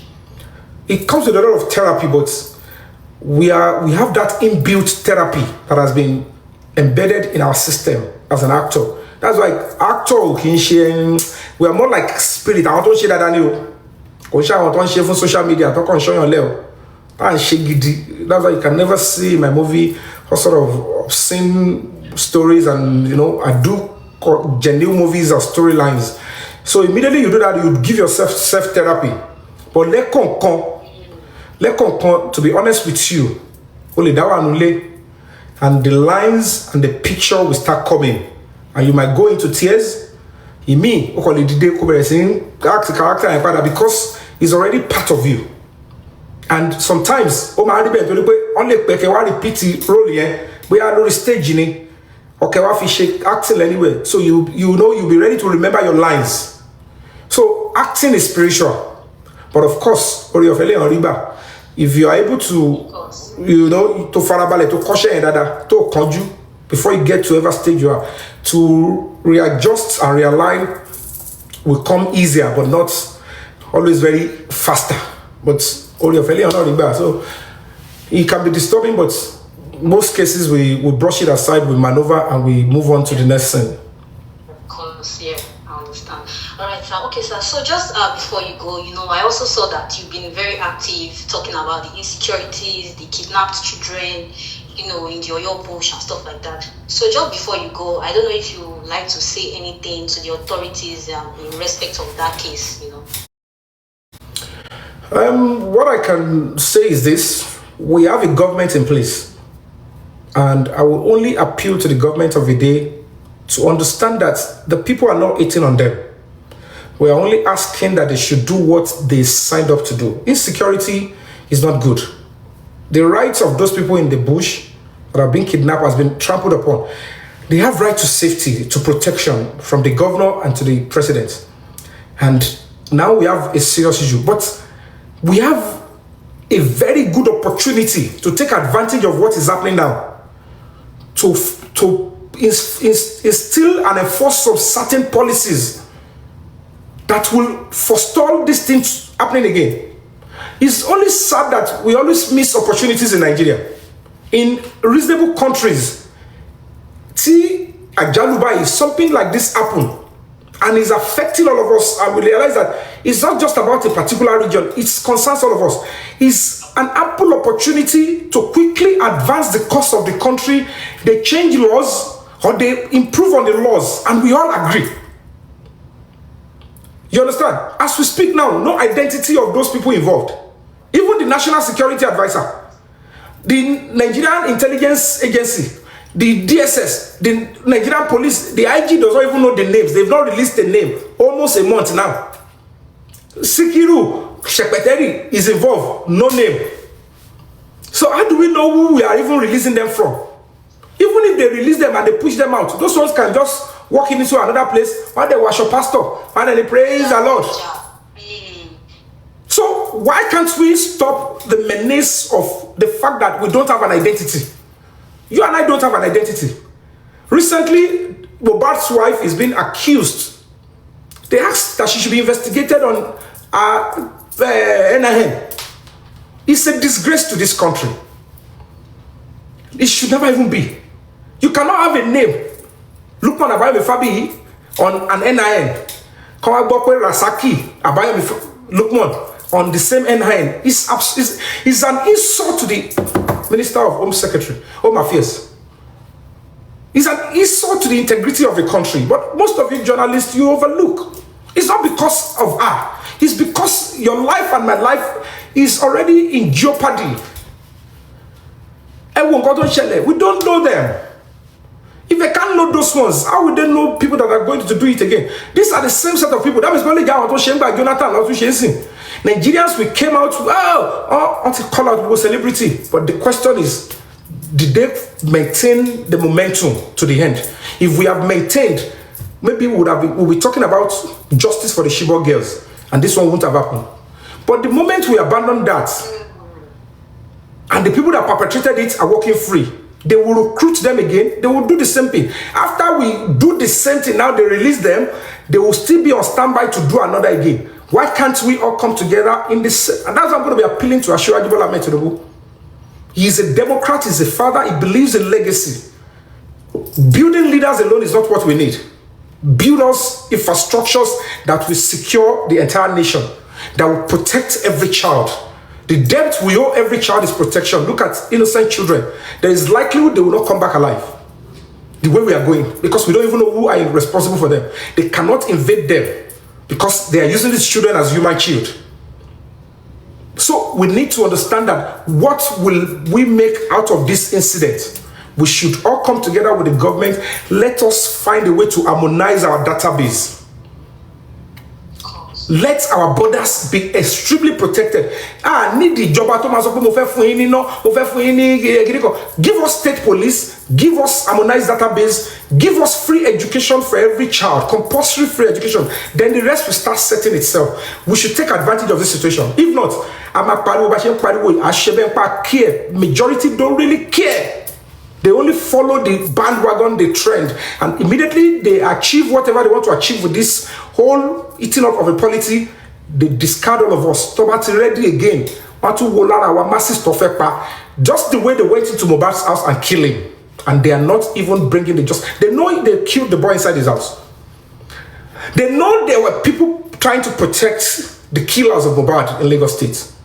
That is why they gave the directive from Abuja. I wrote to the president of the country, and the presidency gave directive to the IG, and the FCID went into the case. They lifted the case in May from Lagos State. They duplicated everything, and they went into an investigation. 8 suspects are needed for murder. They were investigating them for murder. Omo Cynthia Adebanjo is being investigated for murder, theft, criminal conspiracy, and criminal intimidation, and concealment of evidence. Somebody used power to forestall the case. They gave out bail and they disrupted the police investigation and they create division.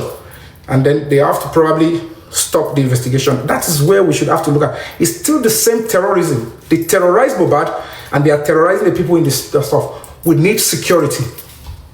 We need proper database. You understand? We need accountability of every life. In one individual life should matter.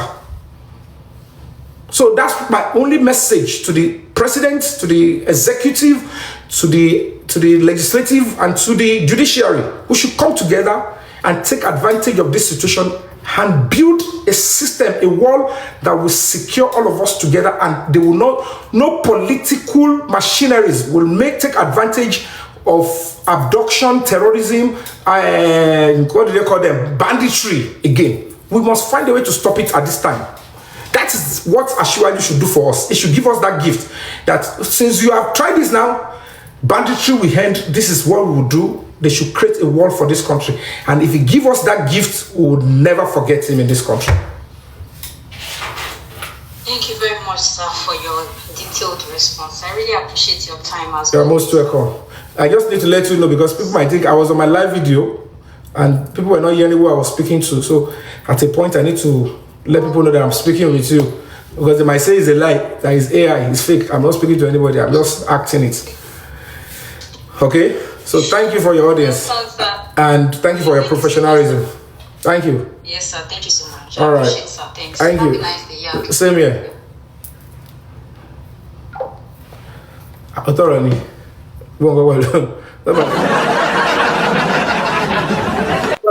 AI ni mo bá sọ̀rọ̀. We are if you don't feel. I understand. So, she will read that, no, read it. Like if I spoke very well, I'm going to expect a call. She will read that, no, read it.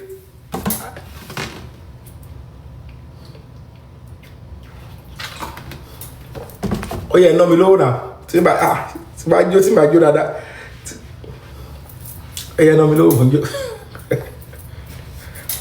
So that's just it. I've just spoken to Punch newspaper. Are you okay? And I want to believe. Thank you so much, Maggie Zebe. Thank you for that gift. Thank you. So Onimoti maintain here, and I've retreated myself. Everybody,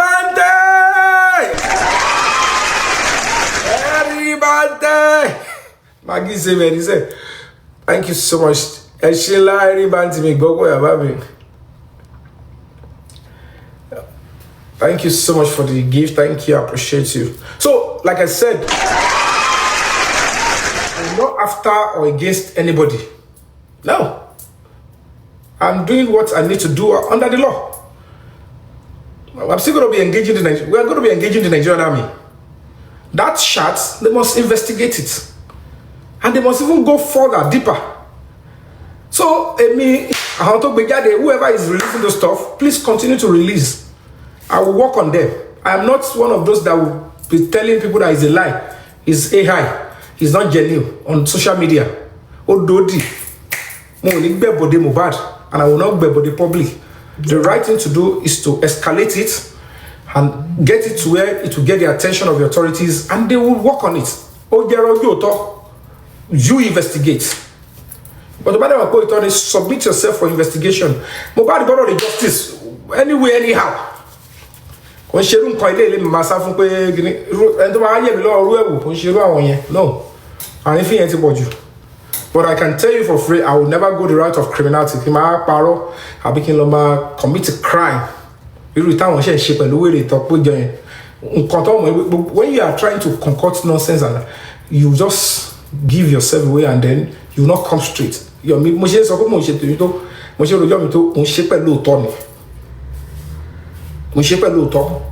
that's why my motivation is always high. Because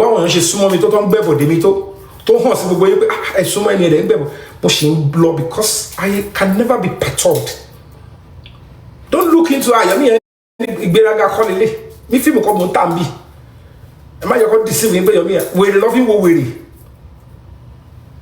some people are beginning to see it as an advantage. No, enough of that. I've had enough of that, and I need to face what I'm facing. I'm focusing on what I'm doing. And into cool, tell on you off bad. Laton wa, tell on them my cane calling. Along what droting. Everybody then drove the to talk about it. Yes, we'll forge ahead. We're almost done. We are going to get to the root of it, and by the special grace of God, the police will be compelled. By the special grace of God, that judgment will favor us. And then we'll get into it. Because it will stand for me. Time of a you're not paying on human rights organization. You're looking at from justice. Think job come back so we are so close to having a change of government. So judgment is about judgment is on. The people are there. So Mohbad is going to get justice. To the one about to phone here. They must speak Adula, he must corroborate his statement, and the video must come out. He taturi and WhatsApp chat he gbogbo nǹkan tó need tó bá ṣe ń jọjú jáde la máa lò. Ọlọ́run ẹlẹ́dàá àdúrà tá ṣe ló gbé jáde. Whatever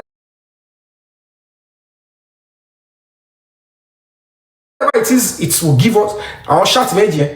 It will lead us to something tangible and something that will add to the justice that we're seeking. So trust me, guys. And let's forge ahead. And toba enti abaso tofu taba basoro ko check conscience to jabiamo Stop doing. Put your conscience in place. To bá rò pé o ti kọsà báwọn kan ti lò ẹ́ nílò tí o rí pé kò bẹ́lẹ̀ dá àti ṣẹ̀dá àyà àti àwọn ọmọ ẹ̀mú. Distance yourself from them and stand from what you believe in from beginning. Changing your mouth, speaking on the two sides of justice, don't deserve to be a leader. Anybody that changes our principle, depending on their daily rules, don't deserve to be a leader.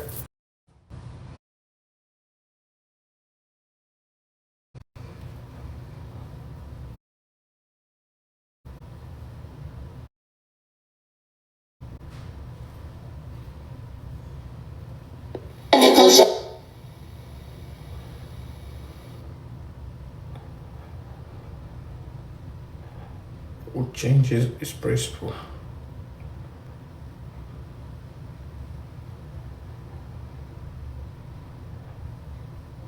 Anybody who changes his principles depending on whom he is dealing, that is not a man who can lead a nation.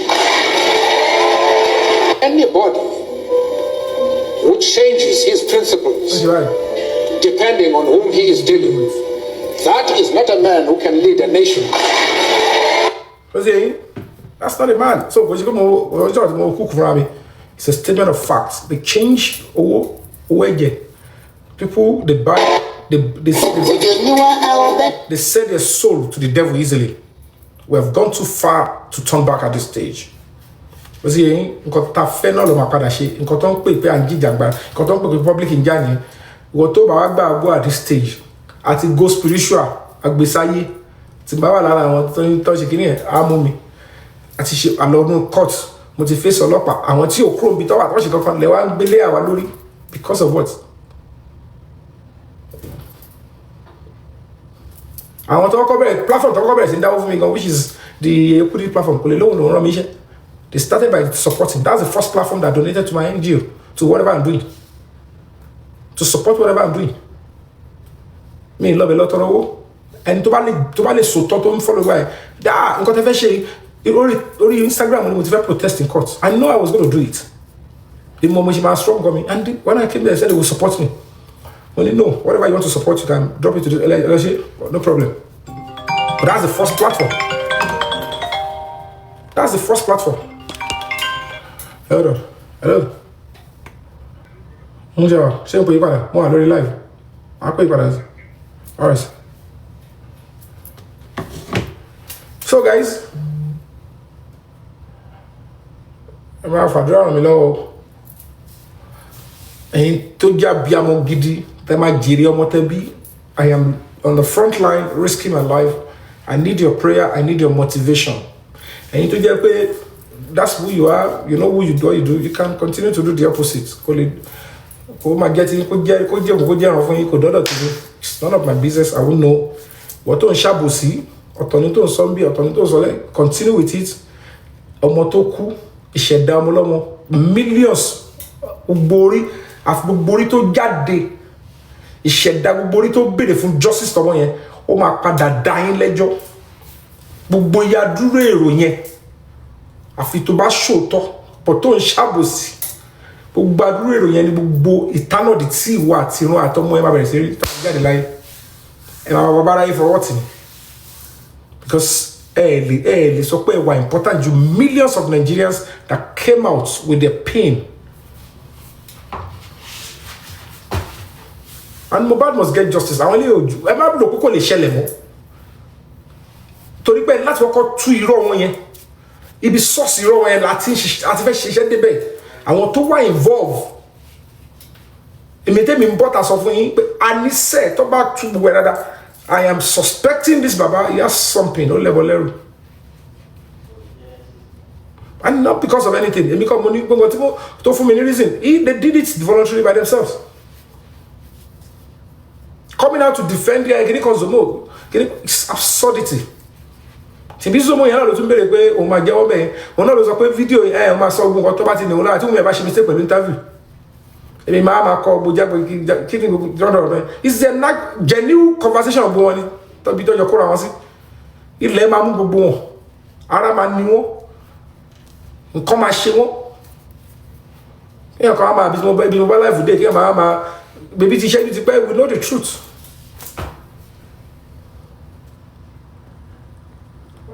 We know the truth. What's wrong with you?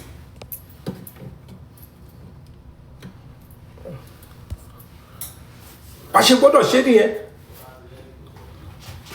Kò yẹ yín ẹ jẹ́ kí mi máa fara gba ọ̀fà tẹ́mi ń gbà lọ wọ́n lọ́n ṣe kọrin àjò tèmi nìyẹn mo ró kókó lẹ́nu but they must push it and again ẹ̀yin tẹ́ bá lè lọ ṣe mo ti fún yín lórúkọ mi ẹ lọ fi ṣe prayer yẹn ẹni tó bá dẹ̀ sọ pé mò ń parọ́ náà èmi náà máa ṣe tèmi ẹni tó bá ní mò ń parọ́ náà kóun náà lọ bọ ògùn rú ẹ̀ kó sọ bá ṣe sọ yẹn síbẹ̀ èmi náà máa ṣe tèmi but ẹ máa fi dá tèmi nìkan ìwọ neutral person náà ẹ̀yin náà lọ ṣe bẹ́ẹ̀ pé tó bá jẹ́ pé èmi o Yomi Fabiyi ni mo bá wọn plan kan ṣe WhatsApp rí ẹ pé irọ́ ni mo bá wọn plan o kí nǹkan bá ìṣẹ̀lẹ̀ sí mi ṣùgbọ́n tó bá jẹ́ pé mi ò mọ̀ ń pa ẹ̀ ìwọ kíwọ tó sọ pé mo mọ̀ ń pa ẹ̀ àjọṣe ni àjọ plan kí nǹkan báyìí kó ṣẹlẹ̀ sí ẹ àtọ́gbọ́n ẹ bá gbé jáde bẹ́ẹ̀ ọ máa ṣe tèmi ẹ máa rí tí máa gbé èmi ò ń dáyàn láàmú mi ò ń parọ́ fún anybody simple and direct so mo fẹ́ máa búyàn mo ń péyàn kan lólè mo fẹ́ máa ṣé ẹni fẹ́ máa bú tèbú pọ̀ lára ẹni máa bú ṣé ń gbà wá gbórúkọ mi sórí íńtánẹ́ẹ̀tì I'm a clean person I do what I tẹ́bá ní tó ti ń bú mi àtọ́sọ̀ mo ń jà fún ẹ̀tọ́ yàn ni I'm not a criminal I don't do criminal behaviours I don't do such nonsense so ẹ̀yin tèmi ẹ má fọ rárá o gbogbo ẹ̀ lẹ́ máa rí kò sí ìkan tó lọ jìnnà not because they deserve my response but because we're in the temple of justice and if you are dealing with the public then put some effort and let them know that you are really accountable so simple ọ̀rọ̀ yẹn ò lọ jù ẹ lọ within 2 or 3 days ẹ máa rí I will show you my evidence ẹni tó bá mọ̀ pé òun believe pé tó bá mọ̀ pé lóòótọ́ o èmi ni mo bá wọn lọ kúkọ̀ WhatsApp chat yẹn sọ bẹ́ẹ̀ pé tó bá jẹ́ pé mi ni kí nǹkan bá ìṣẹ̀lẹ̀ sí mi lóògùn ṣùgbọ́n tó bá jẹ́ pé mi ìbá wọn kúkọ̀ ń bẹ̀ kó jẹ́ pé wọ́n fúnra ẹ ìwọ tó sọ pé mi ni mo wà involve yẹn kí nǹkan bá ìṣẹ̀lẹ̀ sí ẹ simple pé mi ò ní fún yín evidence yẹn máa gbé jáde fún yín màá dẹ̀ ti wá yín ṣàmì sí ti máa gbé jáde ẹni tí ò tó pé mi wọ́n ti pè mí kí wọ́n máa búra on social media as an actor not because of anything mo bọ́ta ọ́nìkan fún mo fi búra yet kò sápọnlé kò sí respect fún mi but because mo ti lose you ni mo tí mi gan wá kiri I want to be humble mo fẹ́ wà humble wọ́n dáadáa tí mi kàn tiẹ̀ kò wọ́ra mi wò and I know some of my people tó máa wọ́n mi pé gbogbo àwọn ẹbí kan ṣe pé kó bá dẹ̀ kó lù ẹ́ dé orí TikTok kò fẹ́ lọ take over give them the kọ fún wọn ní audience wọn fún wọn ní chance wọn kọ sọ pé wọn náà wà ń bẹ̀ kọ́ máa rò bóyá wọn fẹ́ cut wọn off ìdí tí gbogbo àwọn host yẹn ṣe ní attack mi lẹ pé jẹ́ ọ́ ṣe ní tó máa ṣe kémi ṣe let's get justice and nǹkan tẹ́mi ṣe ọ̀tọ̀ wọ́n ti wá ń sọ di àṣà wọ́n ti ń sọ di kìíní kan àwa làwà ń bẹ̀ àwa làwà gbólóhùn tó bá jí lóru tó bá fẹ́ sọ̀rọ̀ tó lè sọ̀rọ̀ wọn kọ́ èyí tó sọ níta tó rí mi sọmọ nígbà tó wá dòru wà á mọ̀ lára ń gbà yẹn ọ̀ ń sọ fún yàn so it's a different ball game so ẹ̀yin tẹ̀mí we are focusing on the 17th of June the media everybody are going to be there àwọn tó tẹ̀mí sọ nìyẹn tó bá lóòótọ́ mi àti olè tó ń jà tiẹ̀ ó sọ bí tó olè tó ń jà lè tiẹ̀ olè tẹ̀mí jà ni pé I am in court against the IG the Commissioner of Police and the police gbogbo Nàìjíríà lórí ọ̀rọ̀ Mohbad olè táwọn jà nìyẹn olè yẹn làwọn pd àwọn gbé òun ni mo ti pe punch sí kọ́ wá escalate olè táwọn ọmọ wọn tí wọ́n ń jẹ́ kábìrì àwọn ọmọ tó bí kọ́ sọ̀n gidi tó ṣe tó bẹ́tà jù yẹn lọ lórí ọ̀rọ̀ Mohbad kọ́ sọ́ fi hàn wá so if you are with me on that ẹ jẹ́ ká máa fèsì tiwa gbogbo àwọn yẹn distraction ni wọ́n kú bọ̀rọ̀ ṣánáfọ̀ ni wọ́n but we know who they are encouraging àmọ́ bí tó bá láwọn kan tó bá ti commit wọ́n fọwọ́ bù wọn lórí àmọ́ àwọn òótọ́ lè sọ àmọ́ àwọn tó bá fẹ́ parọ́ mọ́ àwọn wọ́n yìí máa fi ṣan sí àmọ́ àwọn tó ń ṣiṣẹ́ bí fún wọn wọ́n máa sáré fọwọ́ ra wọn lórí because they are not honest and kò ń ṣe level rate lè máa ṣe nǹkan bẹ́ẹ̀ sí ti máa dákẹ́ èmi ni mò ń go through pain kò yẹ kí n wà ní ìlú tí mo wà yìí kò yẹ kó ti parí case yẹn kí n ti face career mi I lost my whole career àwọn ẹgbẹ́ mi ṣe premier wọ́n lọ kíní èmi sacrifice life mi àti share tèmi ṣé wọ́n pè mí as an actor nsìn but I can't go and film tí n bá tiẹ̀ wà lè ṣe gbogbo nǹkan mi gbogbo àwọn tó mi wọ́n ti ní YouTube channel náà èlò lọ fi ya fíìmù YouTube channel ṣe rí mi kí ya fíìmù sórí YouTube ni ṣé mi lè rí Yomi Fabiyi TV ni but time tó yẹ kí n ṣe ni mo fi ń bá yín sáré gbélé ṣé yóò tó pèlè fún mi lọ́tọ̀ gbogbo àwọn táwọn ẹ̀ sọ ìtọ́ fẹ́ máa pè mí lólè ọ́fíìsì iṣẹ́ tiwọn ṣàjọ ń jà fún justice gan ni so terrible disgusting criminals ungrateful lots I'm take advantage anonymity of social media èmi mo lè sọ lórí síta ní àti tani rádaràda ẹ̀yin tèmi we'll see again. I will come back later. I'll play game because I need to, you know. Let me raise the fund. I will move forward with the case. So, thank you all for coming through. I appreciate you all.